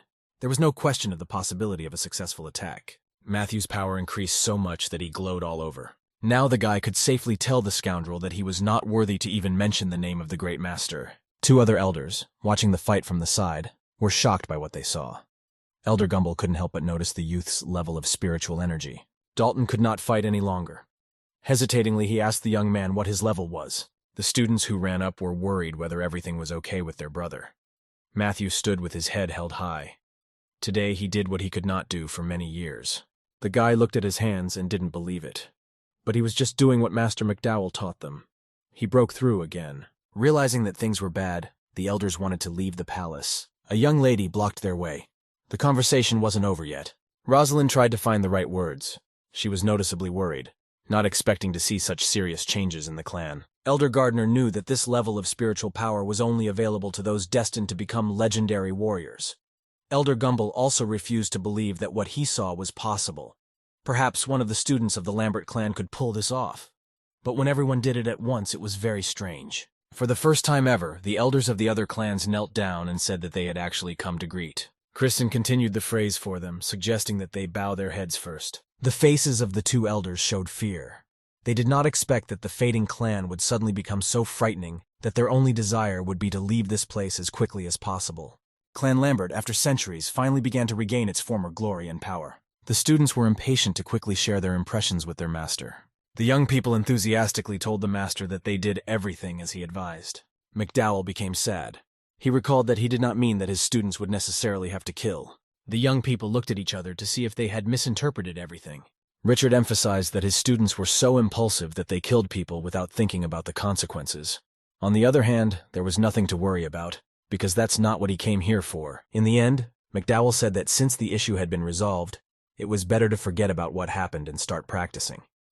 The master reminded Elder Coleman that Kristen was still young and did not understand much, and therefore the young man's task would be to keep an eye on her. The young man understood and agreed. Kristen continued to suffer from remorse. Had they really misinterpreted the master's instructions? Matthew accepted that they did initially misunderstand McDowell.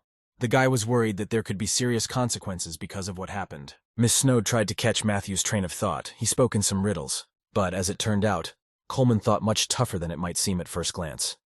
The guy assumed that the master actually meant that young people should not wait for action from the clans. We need to take the initiative into our own hands and destroy these three clans completely to avoid problems in the future. Several days have passed. All participants in the recent events calmed down a little and returned to their usual activities. Richard was still sitting in meditation, trying to make global changes. The master admitted that the energy of this place had indeed become stronger, but it was still not able to help him break through. McDowell continued to be in the temple when a noise reached his ears. After listening, the master realized what kind of sound it was. It was the Lambert clan who had heard it out, calling everyone to a meeting before something big happened. Richard was worried that it might have something to do with those three clans. The main character left his meditations and went to the main hall of the Lamberts. There were few people in the hall, but for some reason some of Richard's students were lying on the floor, wounded and simply beaten. Richard asked the first young man he came across what had happened. Matthew fell to his knees in front of the master, trying to explain something. At the same moment, a stranger approached McDowell. He immediately began with claims, making sure that Richard was indeed the master of these people. The man called them freaks. The stranger turned out to be Elder Dylan Barrington. Kristen asked Elder Barrington not to be so rude to Richard, because he is their master. Dylan didn't let up. He was outraged, believing that it was McDowell who sent the guys on this idiotic mission. Kristen explained that the master was not at all to blame here, that they failed, and they themselves were responsible for the fact that they suffered and disgraced themselves. Richard adhered to the principle that rudeness should be answered with rudeness. He said he was really embarrassed because he had taught them so much and they had let some pathetic losers get the best of them. Barrington was furious at such insolence. He demanded to repeat what he had just heard. Matthew clung to the elder's knees, begging him to calm down and not be so impulsive. Richard was starting to get tired of all this. McDowell directed a stream of powerful energy directly to the entire hall. The elder calmed down a little, realizing that he was not the only one susceptible to emotions. The students watched what was happening with horror on their faces. Barrington was actually scared and asked Richard to stop. McDowell looked back angrily at Dylan, warning that he would not allow anything to happen to his students, and so he advised the elder to stay away from him. The disciples looked at their master with delight. They immediately felt that all their pain was gone, and thanked their master for this. Dylan was angry with everyone and with himself because in order to heal so many people, he would have to work on a restorative elixir for a whole week. But here, Richard healed a whole 100 people with such ease. Barrington fell to his knees and began to apologize to the master leaving the hall. He blamed himself for not recognizing the master's true strength. Dylan thought that Richard was actually one of the hermits of the Lambert clan, who had now returned back. The elder rejoiced that now their clan was saved. Richard turned around and addressed the elder. The master called the elder by name and said that from now on he would have to look after these young people. At that moment, other students ran into the hall screaming and reported that people were gathering at the foot of the mountain. Kristen and another student laid out bags on the floor, explaining that this is what they managed to get. And although they were defeated, they managed to collect several useful things. The bag contained high-level pills, weapons, spiritual stones, and much more. The young people asked to accept this from them. The remaining students were ordered to immediately return to their weapons and repel the enemy attack. Richard looked around the room, fixing his gaze on the table. He remembered that there used to be a piece of 1,000-year-old iron and a dragon tooth on this table. The master asked where it all went. Barrington explained that since these things are part of their heritage, they keep them in a safe place. The elder was surprised that the tooth and iron should be here. McDowell asked to bring these items and then he would help them all. Richard thought to himself that the guys should be ashamed of having obtained a couple of pills. The elder reminded that enemies were attacking them. Richard replied that they would deal with that too. McDowell smiled evilly, promising to show his enemies who they were really messing with. At that moment, a crowd of people was gathering outside the gates of the temple. Master of the Levi's sword clan, Gareth Dean accused the Lambert clan of retreating into their turtle shell again. He expected more resistance. Pamela Elmers, the mistress of the Silversky Palace, sat in a chair and tried to cheer up Gareth. The lady was sure that in any case, there was no retreat. Moreover, if you surround your enemies, they won't last long. Logan Nelson, holding his weapon and grinning, stated that his hammer was waiting for a long-awaited meeting with him. Richard, who unexpectedly approached from behind, told the enemies that they were not even worthy of opening their mouths on the territory of the Lambert clan. His voice sounded like a bolt from the blue, because no one expected to see him here behind enemy lines. Gareth did not expect to see McDowell here.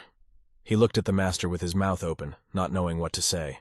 The rest of the enemies were also speechless. Without waiting for who would start first, Richard immediately launched his super technique with golden fire. Logan was the first to be hit, without even having time to come to his senses, let alone use his hammer. Nelson lost his hammer, and he himself could no longer stand on his feet. Richard sat down next to the body of the enemy he had killed, admitting that victory was as easy as shelling pears for him. At this point, Gareth Dean finally decided to attack Richard. He called the master a petty, dirty trick, threatening to kill him. McDowell, without rising from his seat, replied that given Gareth's venerable age, he would allow him to choose. The Lady of Silversky, Pamela Elmers, who previously believed that everything was under control, was now horrified by what was happening. Meanwhile, McDowell had already begun to torment Dean, inviting him to make the promised choice. For example, with which foot will he take the first step into the territory of their clan? Richard continued to ask questions. Now he wanted to know which eye of Gareth dared to cast a contemptuous glance at the Lambert clan. The enemy only shouted something incomprehensible in response. Richard was tired of playing with an enemy who in reality turned out to be weak. The master concentrated fiery energy at his fingertips. Continuing to make fun of the enemy, McDowell promised to make a choice in his place. Pamela hurried to the sword master's aid, naively believing that she could do something. Mrs. Elmers caught the falling Gareth, trying to keep him on his feet. The disciples looked at the enemies running up to help each other. It was not yet clear whether Master McDowell needed help or not. In the end, Kristen couldn't stand it anymore and decided to fight. But Richard considered his student's actions too slow. He will do everything himself. Gareth, having caught his breath a little, remembered that he had to be strong in order to maintain his authority. He made another attempt to attack Richard. A moment later, the one who threatened to destroy McDowell was already lying in an unsightly position without signs of breathing. Mrs. Elmers and Nelson, seeing such a terrible state of affairs, realized that they had better unite and jointly kill their enemy. One way or another, they had to avenge their comrade, the Swordmaster. Logan decides to take the first blow and calls upon the Golden Hammer of Heaven technique to help. The mistress of the Silversky Palace, in turn, intended to use what seemed to her most powerful, the thunder of the dragon. Dragon thunder is actually a very powerful spiritual practice. Its influence could be felt even by those who stood at a distance. Master McDowell's students, being not yet very experienced, could not control the elements. Miss Snowd has already guessed what power the masters of the clans hostile to them actually use. All hope lay in Master McDowell. He is the only one who can turn this element against those who called it. Richard was amused by his enemy's attempt to win. The method they chose turned out to be very timely, because Master McDowell knew how to handle the elements.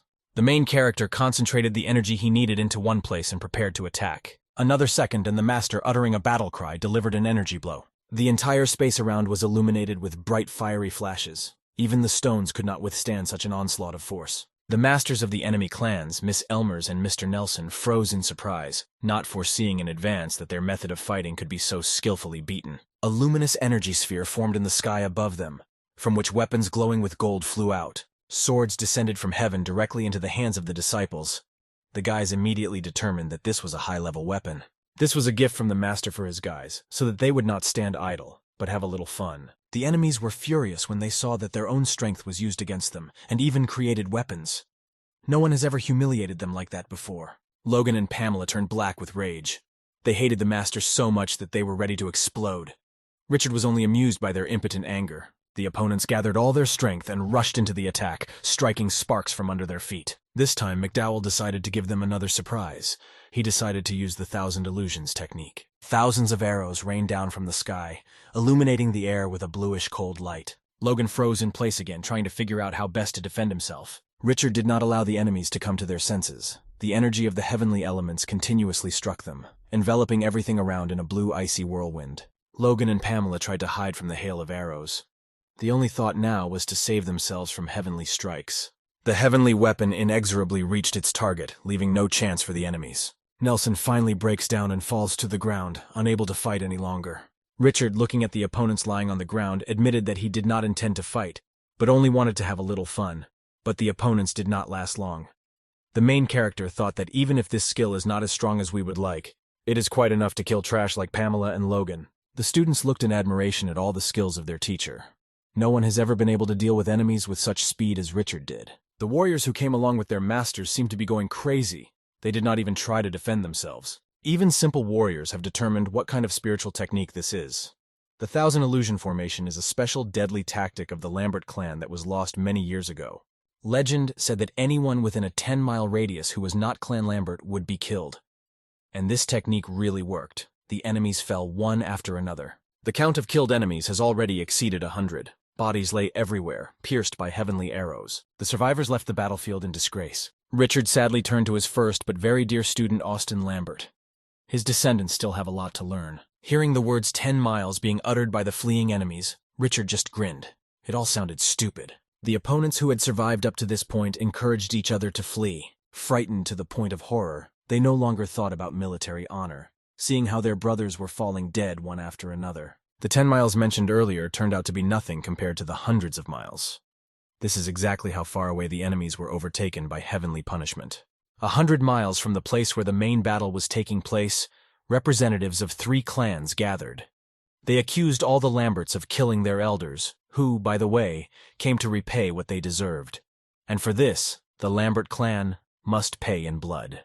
The elder of the Lambert clan, Michael Ray, called such an accusation absurd, because they were all gathered in this place by a common enemy, and only he is to blame for all these deaths. Members of the Lambert clan found themselves surrounded on all sides, not understanding why their way home was blocked. The rivals did not even want to listen to them.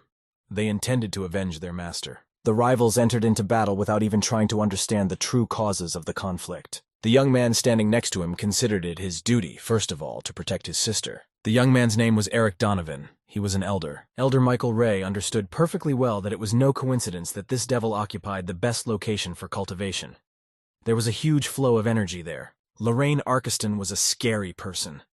Over the past 10 years, 80% of the spiritual stones that were created by the Lambert clan were given to this girl for her cultivation. During her last breakthrough, 9 students died. Michael Ray was forced to ask Elder Lorraine to go for help. There were too many attackers, and the Lambert clan simply could not survive without help. Miss Arkeston promised in response that she would try to do what was asked of her. Looking at Michael, Lorraine thought, if he is as good as he tries to show, then why is he looking for an escape route instead of fighting? But she herself had no intention of dying here either. Not knowing what else to do, Michael turned to Elder Donovan. The enemy was about to attack. The Lambert clan could not retreat. It would be humiliating. Eric completely agreed. He considered it his duty to avenge his fallen comrades. The enemy's attack was inevitable, but at the last moment something strange happened. For some reason the attack did not happen. The clan's defenders froze in anticipation, but not a single blow overtook them. Enemies fell dead, struck down by thousands of heavenly arrows. Michael Ray fell to his knees in joy and raised his hands to the sky. He explained to his people that what they had just seen was nothing other than the Thousand Illusions formation. Someone helped them by defeating all the enemies. Richard was glad that he was able to help the clan of his dear student. In addition, the main character had another reason for joy. His former lover fell into the trap he had prepared. McDowell needed to hurry, and he immediately set off without telling his students anything. At the same time, Michael Ray tried not to waste time. He asked Elder Lorraine to contact other members of the clan to clarify further actions. Miss Arkeston didn't understand what was happening. She didn't do anything. Lorraine tried to make contact, trying to be as careful as possible. Suddenly, a glowing golden pillar of light appeared right in front of the clan members. From this light came Richard. He looked intently at his former lover. A lot of time had passed since they last saw each other. Apart from Lorraine, people didn't know who it was. The girl asked how he ended up here. She never expected Richard to be okay because the last time she saw him, he was completely powerless. McDowell quipped that he was glad to hear that she remembered everything. Michael did not understand what was happening. He decided to check with Elder Arkeston whether she really knew this young man. Lorraine explained that Richard was the husband the family had chosen for her, but they were already divorced. The girl added that the young man could not just appear out of nowhere. He probably conspired to take revenge on behalf of the Lambert clan. Michael was hostile, but he nevertheless asked Richard if Lorraine was telling the truth.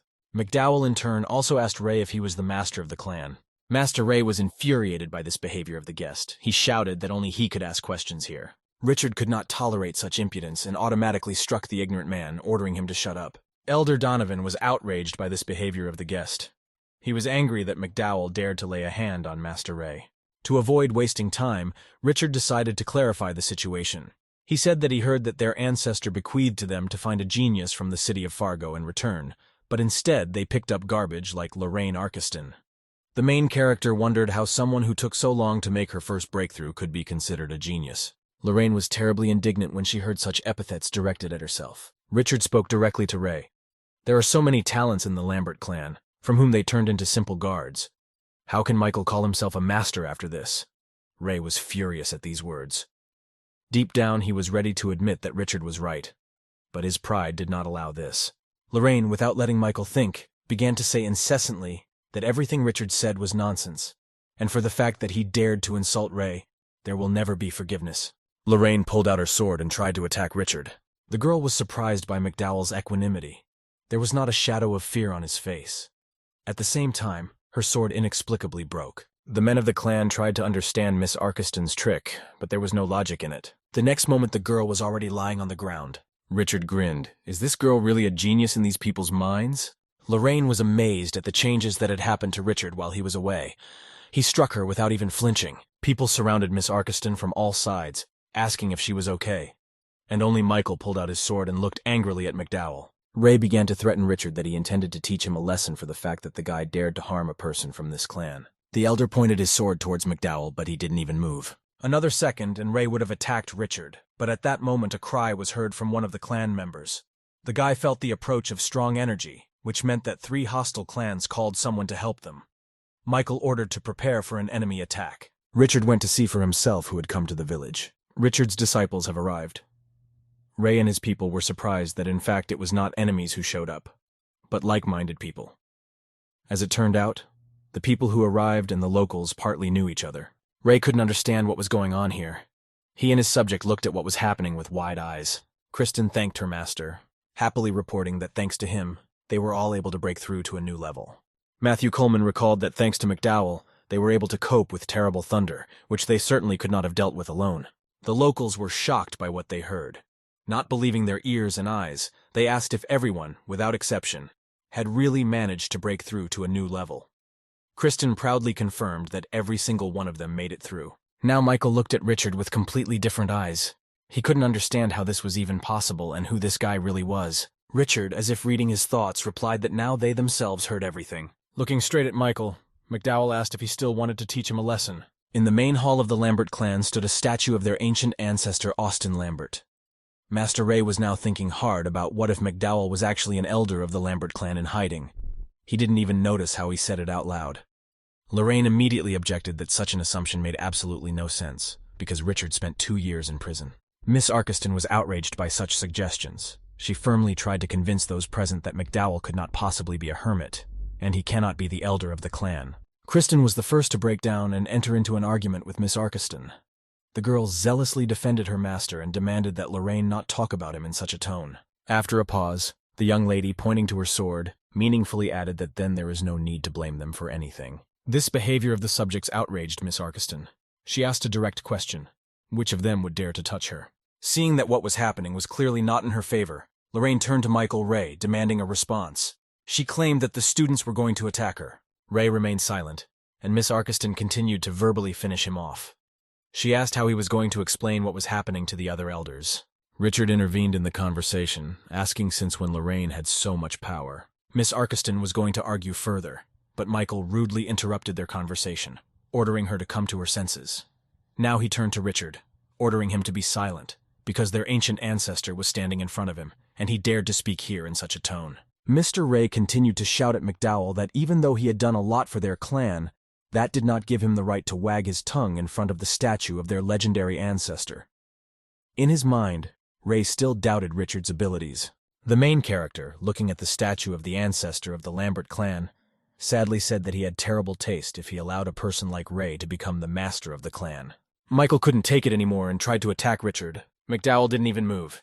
He, as always, calmly activated the fiery energy. Ray was still not himself, looking angrily at Richard's actions. Before punishing the fool, McDowell still decided to give him a chance to settle the conflict without a fight, inviting Michael to apologize. The main character pointed to the energy of fire and asked Ray if he was ready for this. Michael was not going to apologize, and Richard had no choice but to use his strength to punish the fool. Ray fell defeated, not realizing anything. The subjects, on the contrary, immediately determined that all this was the writing of their ancestor. The statue of Austin Lambert suddenly began to move, raising his stone sword. Stone Austin's sword came down with a roar, sending everyone into a state of shock. People froze in horror in place, not knowing whether to run or kneel. Lorraine was the first to come to her senses. Pointing to the statue, she addressed Richard that he would come to an end because he disturbed his ancestor. Her face broke into a sly smile. Unlike everyone else, McDowell did not think about fleeing. He stood near the statue, waiting for what would happen next. Suddenly, the voice of the statue was heard. Stone Austin said, "Junior Apprentice Lambert greets the master." Everyone who was in the hall at that moment froze in surprise. They repeated the word master with great surprise. Richard proudly turned to the clan members and repeated his question. The master wanted to know if they were ready to apologize. Michael Ray was the first to fall to his knees. He asked for forgiveness for being blind and insulting his ancestor. Looking at the floor, Michael thought how he could not immediately guess that the man sitting in front of him was actually their legendary ancestor. The rest of the clan followed Ray's example, falling to their knees and asking for forgiveness. And only Lorraine sat staring at the floor. She couldn't believe what had happened. Richard saw her confusion and confusion. People like her need time to admit their mistakes. Miss Arkeston could not come to her senses. She kept telling herself that all this was impossible. Suddenly, the statue spoke again. Stone Austin asked for forgiveness for letting his master down. He admitted that he had been looking for the master for hundreds of years, and because of him, Richard found himself in this position. Kristen and Matthew waited with bated breath to see what would happen next. McDowell told the stony Austin to go back, because the violation of temporary space is not something he can handle now. Richard promised that the time would come, and they would definitely meet again. The statue replied that the student obeyed. At the same moment, A pillar of fire appeared, illuminating everything around with the brightest golden light.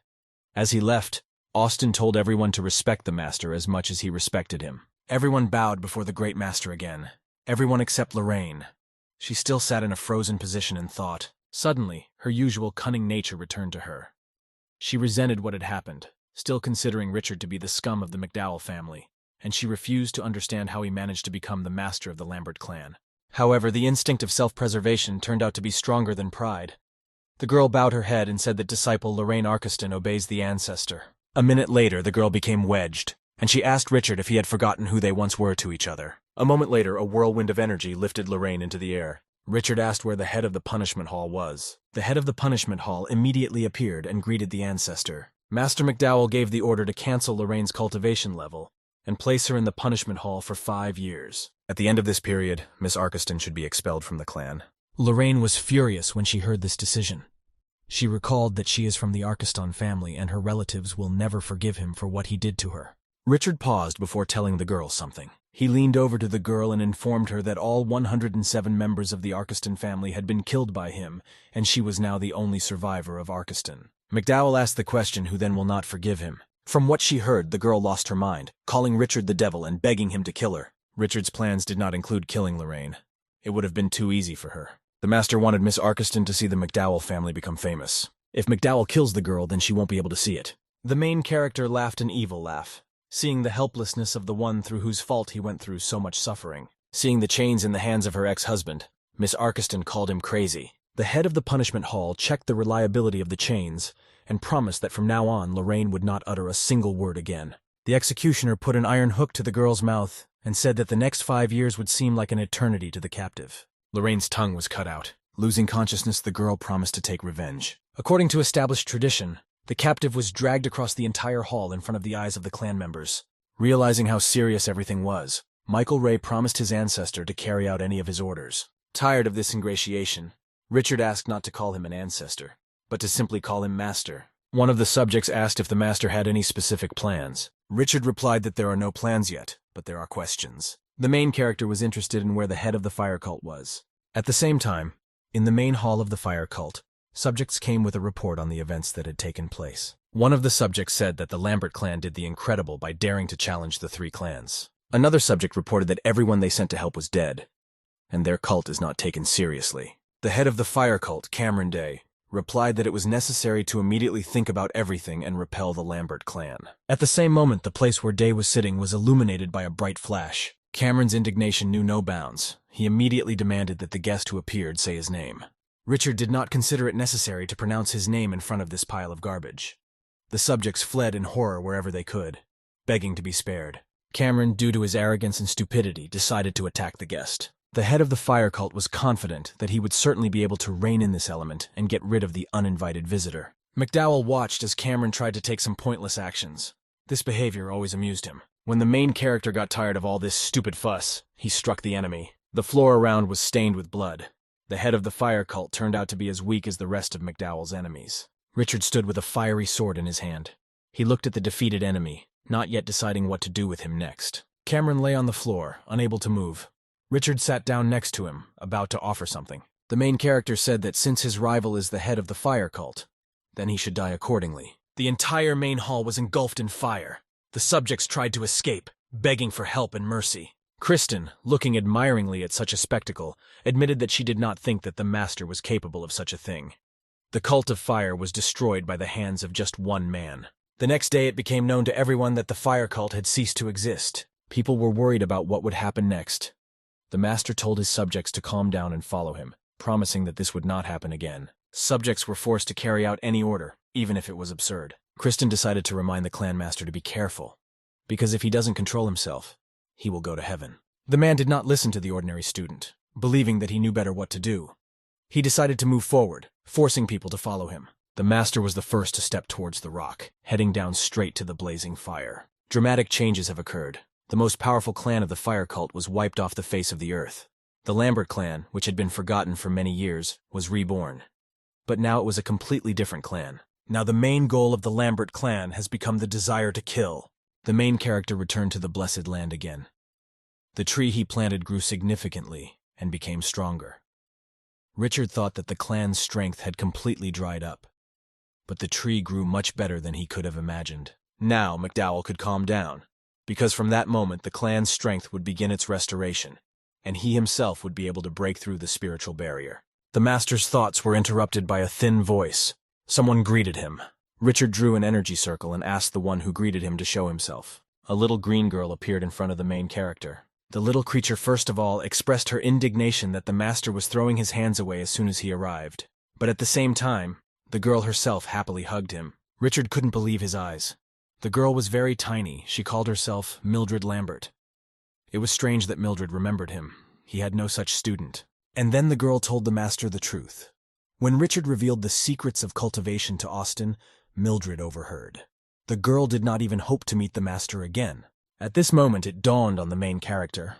The girl was a tree spirit. Hearing that McDowell remembered her, Mildred was even more delighted and hugged him again. It was strange for Richard to watch all this.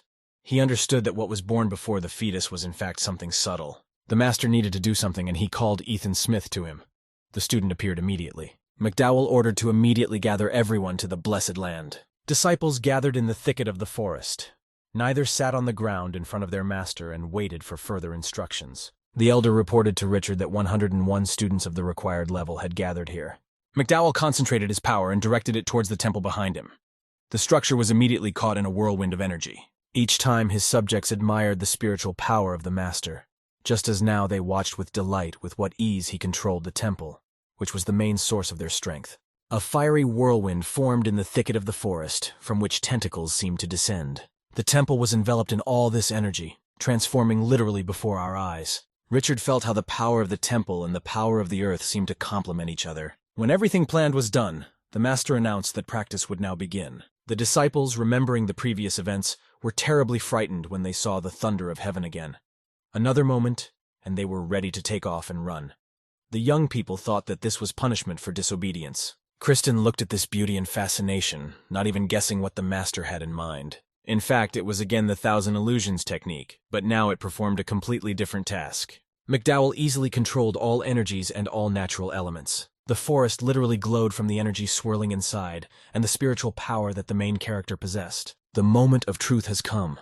The students already understood that the master was going to reveal heavenly laws to them. Richard looked deep into the heavens as if he was deciding where to start first. A calm blue energy descended onto the forest thicket from another world. This element could protect, but it could also kill, not wanting to tolerate meanness and deceit. Richard's first decision was to free Mildred from being a tree spirit. Energy smoothly flowed from a small defenseless creature into a beautiful girl. When the ritual was completed, the student Mildred Lambert thanked the master for his kindness. The girl couldn't contain her emotions with joy.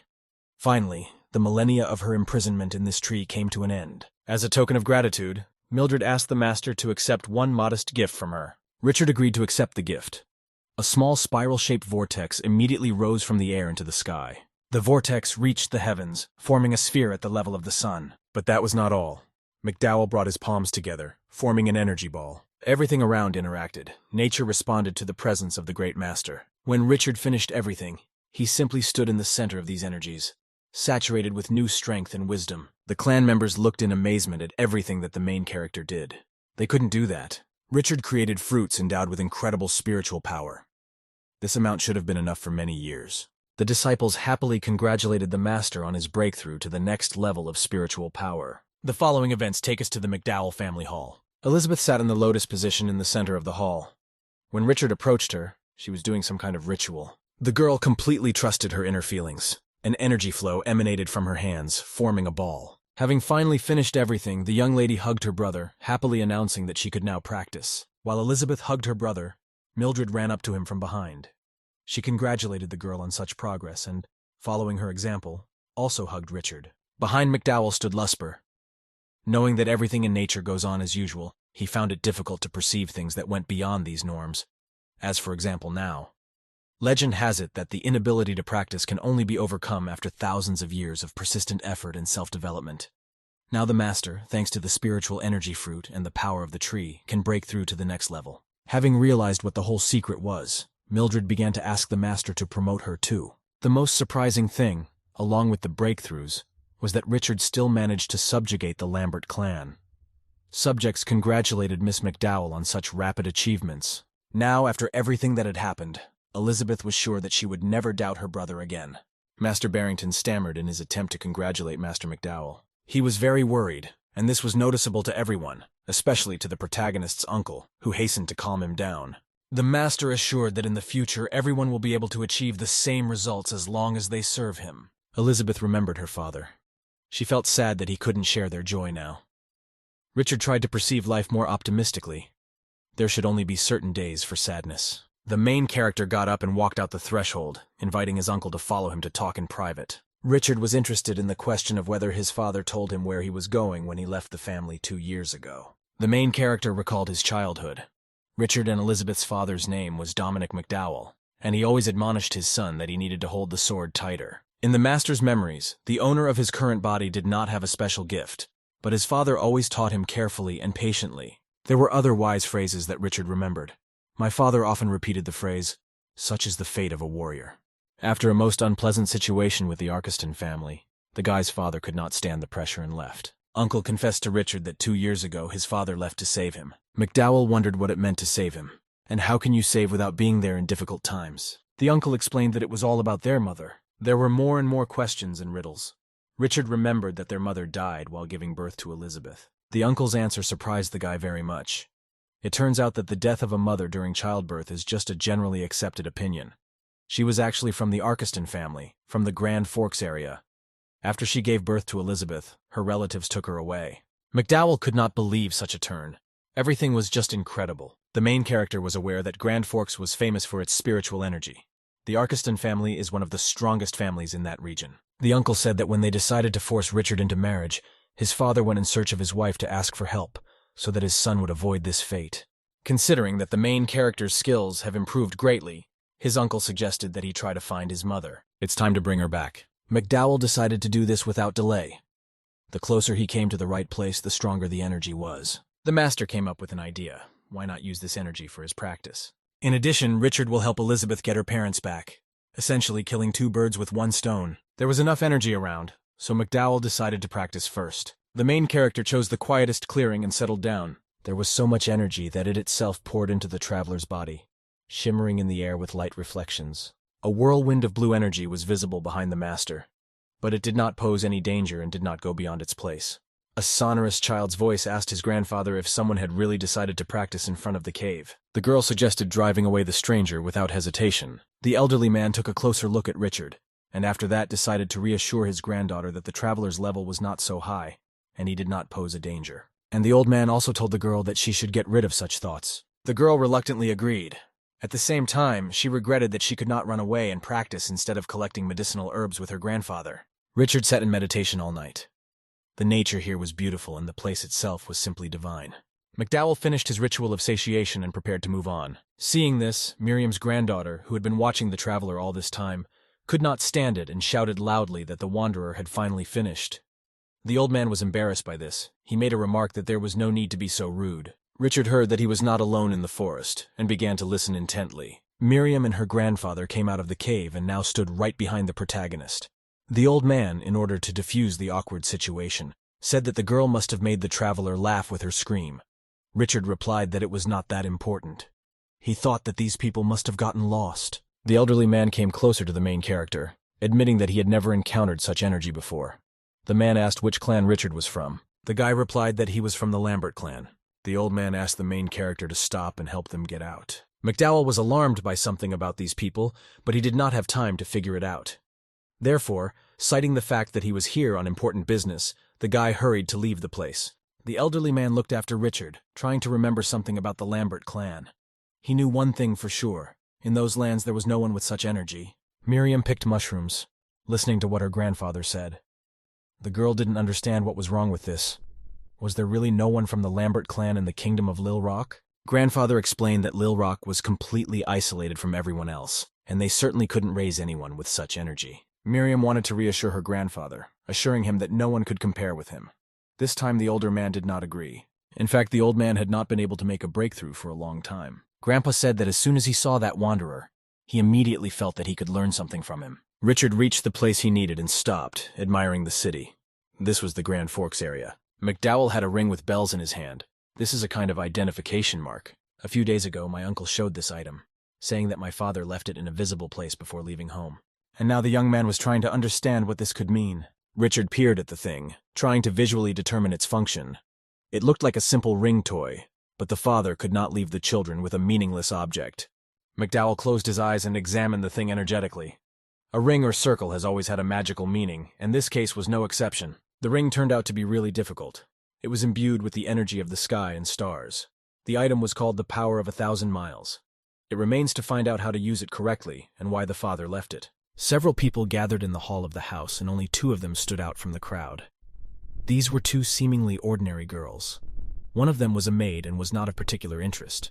But the other girl was exactly the one the main character was looking for. He finally found her. At first glance, this lady's outfit looked slightly provocative, but perhaps her own views played a role. The events took place in the guest yard. For some reason, the lady was noticeably nervous. The maid tried to calm the girl down.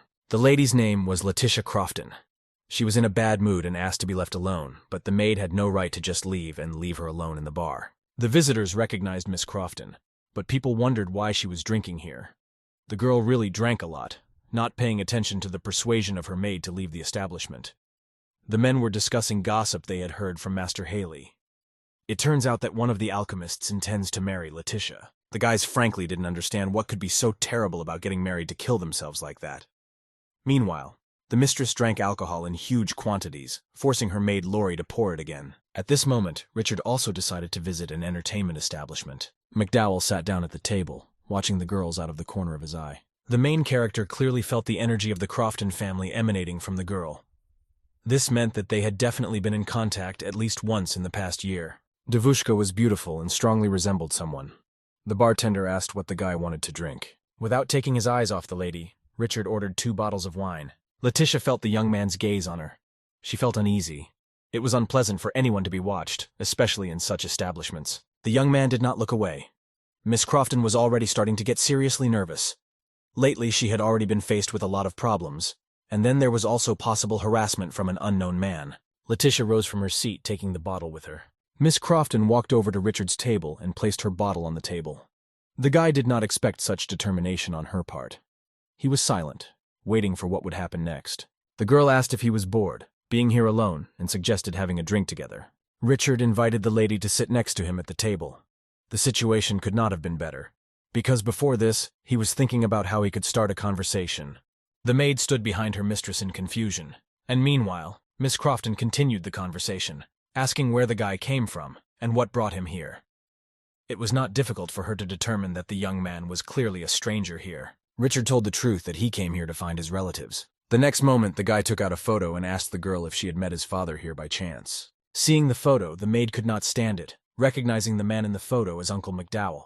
She turned to her mistress and asked if she recognized him too. Judging by the look in Letitia's eyes, she knew him too. Just in case, Richard decided to find out if they knew this man. Lori began to speak. She said that they not only knew Uncle McDowell, but even more. Miss Crofton saved his life. Letitia was at a loss, and therefore decided to tell the story to Lori. The girl said that when Uncle McDowell showed up in Grand Forks, he was seriously injured and just lying on the road.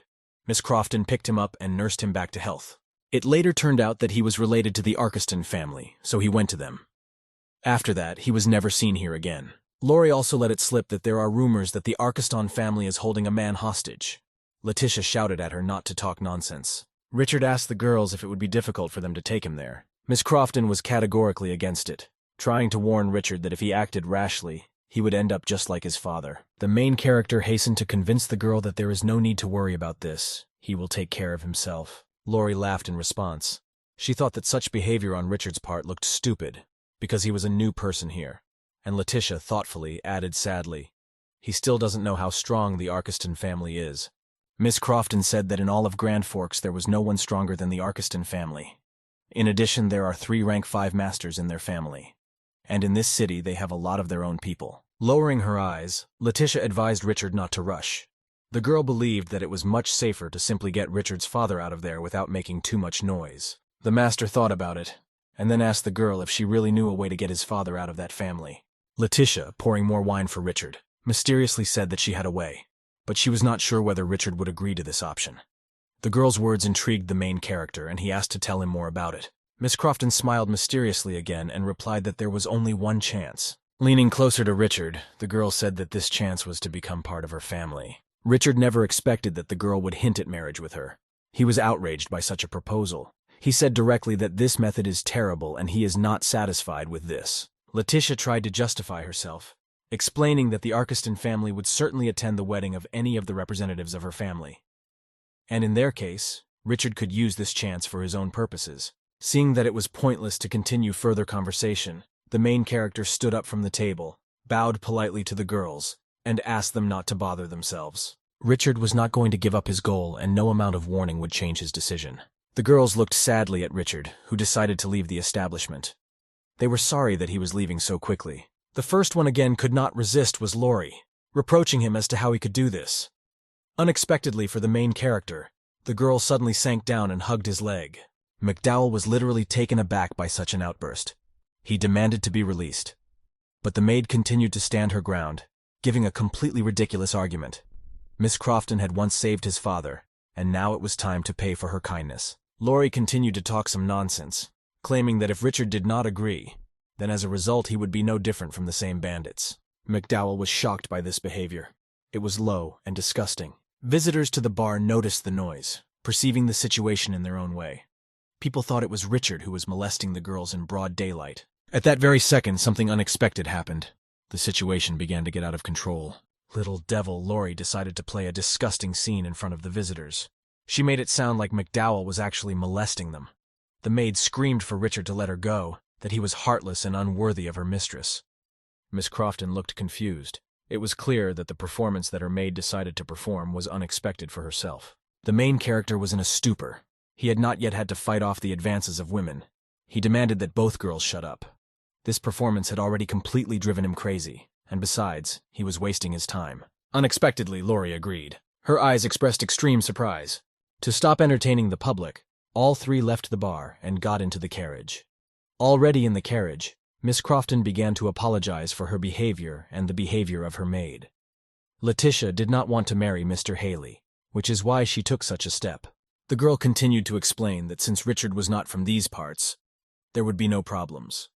Looking at the confused man, Letitia again began to convince him that if they married, Richard would be able to get to the Arkeston family, and Miss Crofton would avoid a marriage that she did not like. To finally convince McDowell of the benefits of her proposal, Letitia moved closer to him and explained that when everything worked out, he would be able to leave Grand Forks with his father. And even if the Haley family guesses everything, they will not spoil their reputation with such a scandal. Richard looked straight into the girl's eyes, asking the question whether such a focus would affect her future life and possible marriage in the future. Letitia paused and then sadly replied that she didn't really think she wanted to really get married. Miss Crofton had another purpose in life. Even if her reputation was destroyed, she would simply focus on cultivation. Richard unexpectedly had to admit that the girl was quite an interesting person. She is smart and ambitious, and the plan she came up with is not so bad. Lori, intervening in the conversation, assured that everything would go smoothly, but Richard would have to create a personality that would not be inferior to Master Ryan Haley. Unexpectedly for the main character, the maid suggested something that left him taken aback. The girl suggested that he pretend to be Master McDowell from the Lambert clan. Richard was speechless. He was asked to pretend to be himself. Lori continued to explain her position. The Lambert clan was forgotten for many years, but now they are talking about it again. Therefore, if Miss Crofton insists on marrying Richard as the master of the Lambert clan, then everything will seem normal. All this looks strange and at the same time funny. The main character agreed with the invented game. After some time, the carriage drove up to Miss Crofton's house. The young people ended the conversation, finally making a mutual decision.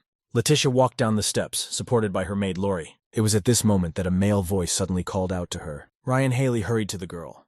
He was glad that she had finally returned, because he had been waiting for her so much. Ryan fell silent mid-sentence. What the young man saw greatly upset him. There was a young man next to Letitia. He glanced indifferently at Ryan as he approached. Having recovered from the first shock, Master Haley demanded that the girl explain who it was next to her. Letitia smiled mysteriously and replied that the man next to her was her friend. Such words alarmed Ryan even more. Master Haley demanded an explanation of who this friend was with whom the girl shared the cart. Miss Crofton did not tolerate the complaints. She rudely interrupted Ryan, saying that she didn't have to report. The would-be groom demanded that the girl not be rude to him. A man who came out of the house heard the altercation. Elder Derek Croft remarked to the young lady that she was already an adult. but she still continued to rage. Mr. Croft threatened to take care of her upbringing. Letitia looked back, looked meaningfully at Ryan, and headed into the house. Master Haley was in love with the girl and literally idolized her. Frowning, the girl unexpectedly said to everyone that she agreed with her father and admitted that he was right. Elder Crofton did not expect such sudden compliance from the girl. When they started talking about marriage a few days ago, she was very angry. Derek couldn't believe Letitia changed her mind so quickly. The girl decided to finish off her father completely. She grabbed Richard by the arm and dragged him to the dumbfounded Master Crofton. The young lady joyfully introduced her companion. She said that the young man's name was Richard McDowell. He was the master of the Lambert clan, and she wanted to spend her whole life with him.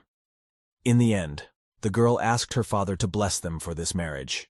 The news left Mr. Crofton in shock. He couldn't believe his ears. Was it really the master of the Lambert clan standing in front of him? To make sure that he didn't hear it wrong, the father asked about it again. The elder bowed courteously to McDowell and apologized that he did not know this. Derek asked how many other people from the Lambert clan arrived with Richard and on what business. The main character replied that the rest of the masters of the Lambert clan are now busy with practices, so he came here alone on personal matters. Elder Crofton bowed again, thinking that the rumors were true.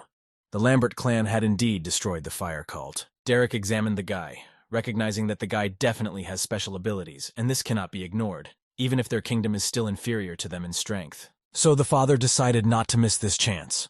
Only Ryan remained offended. The guy asked the elder to explain what was happening. Master Haley reminded the man that he had already blessed his marriage with Letitia. How then can we understand what is happening now? Derek explained that his change of mind was due to the fact that he loves his daughter and does not intend to go against her will in matters of marriage, because she has finally found the person she loves. Feeling incredibly insulted, Ryan announced that from now on, he would refuse to serve Elder Crofton, and Letitia would no longer receive any help from him as an alchemist. But even this seemed not enough for the offended young man. He decided to challenge McDowell to a fight. Richard looked at the offended young man as if he were crazy.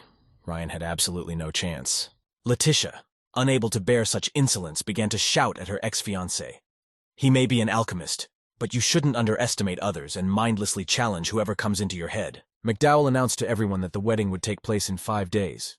But there is one caveat. The nuance was that the winner of the fight would marry Letitia. Richard asked Ryan if he agreed to such a condition. The young man agreed, naively hoping that he would emerge victorious in this battle. Master Haley approached McDowell and, smiling ominously, said that he intended to fight until the death of his opponent. When everyone had left and the young people were finally left at home alone, Letitia began to apologize to Richard. The girl was sitting at the table, clutching her head in her hands in despair. She didn't expect things to turn out this way. According to Miss Crofton, such duels are extremely dangerous. She advised McDowell to quickly escape from here. The girl promised that she would later deal with the consequences herself. Richard decided to play his role to the end. He feigned concern, suggesting that if he ran away, it would ruin the reputation of the Lambert clan. The young man assured that he was not a weakling at all, and that this was not even worth special attention. Lori was also very worried. The girl said that Richard needs to understand something. Breaking into a scream, the maid explained that if in the direction from which McDowell arrived, he was considered strong enough, then he would definitely not be able to win against them. The young lady added, "The guy's skills are incomparable to their masters." Lori continued to defend her opinion. The girl reproached Richard for being aloof and indifferent to the situation, while her mistress was worried. And the next moment, the girl actually suggested something out of the ordinary. The maid said that by Grand Forks standards, she was in the early stages. Therefore, first McDowell must train with her in a duel. Richard didn't even know how to respond to this. It was quite funny to hear such a proposal. Unexpectedly for the young lady, the guy accepts her challenge. The young people went out into the yard and Lori suggested that Richard attack first. Making a serious face, the girl promised that today she would demonstrate to the young man what real martial arts are. The girl put her fingers together, intending to perform some kind of ritual.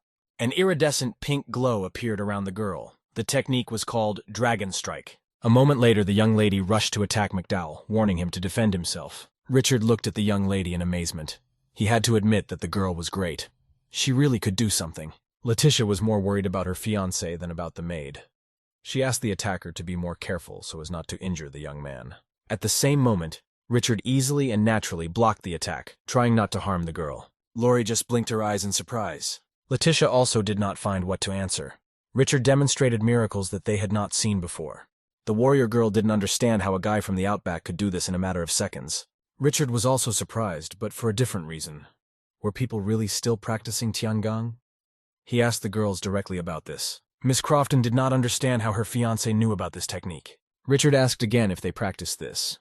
Letizia said that this is her family's technique, and of course she practices it. Richard clarified. If this is the technique of their family, then this means that the Crofton family is 500 years old. Both girls unanimously wondered how he could know this. Richard was surprised by this. He never imagined that he would meet his descendants here.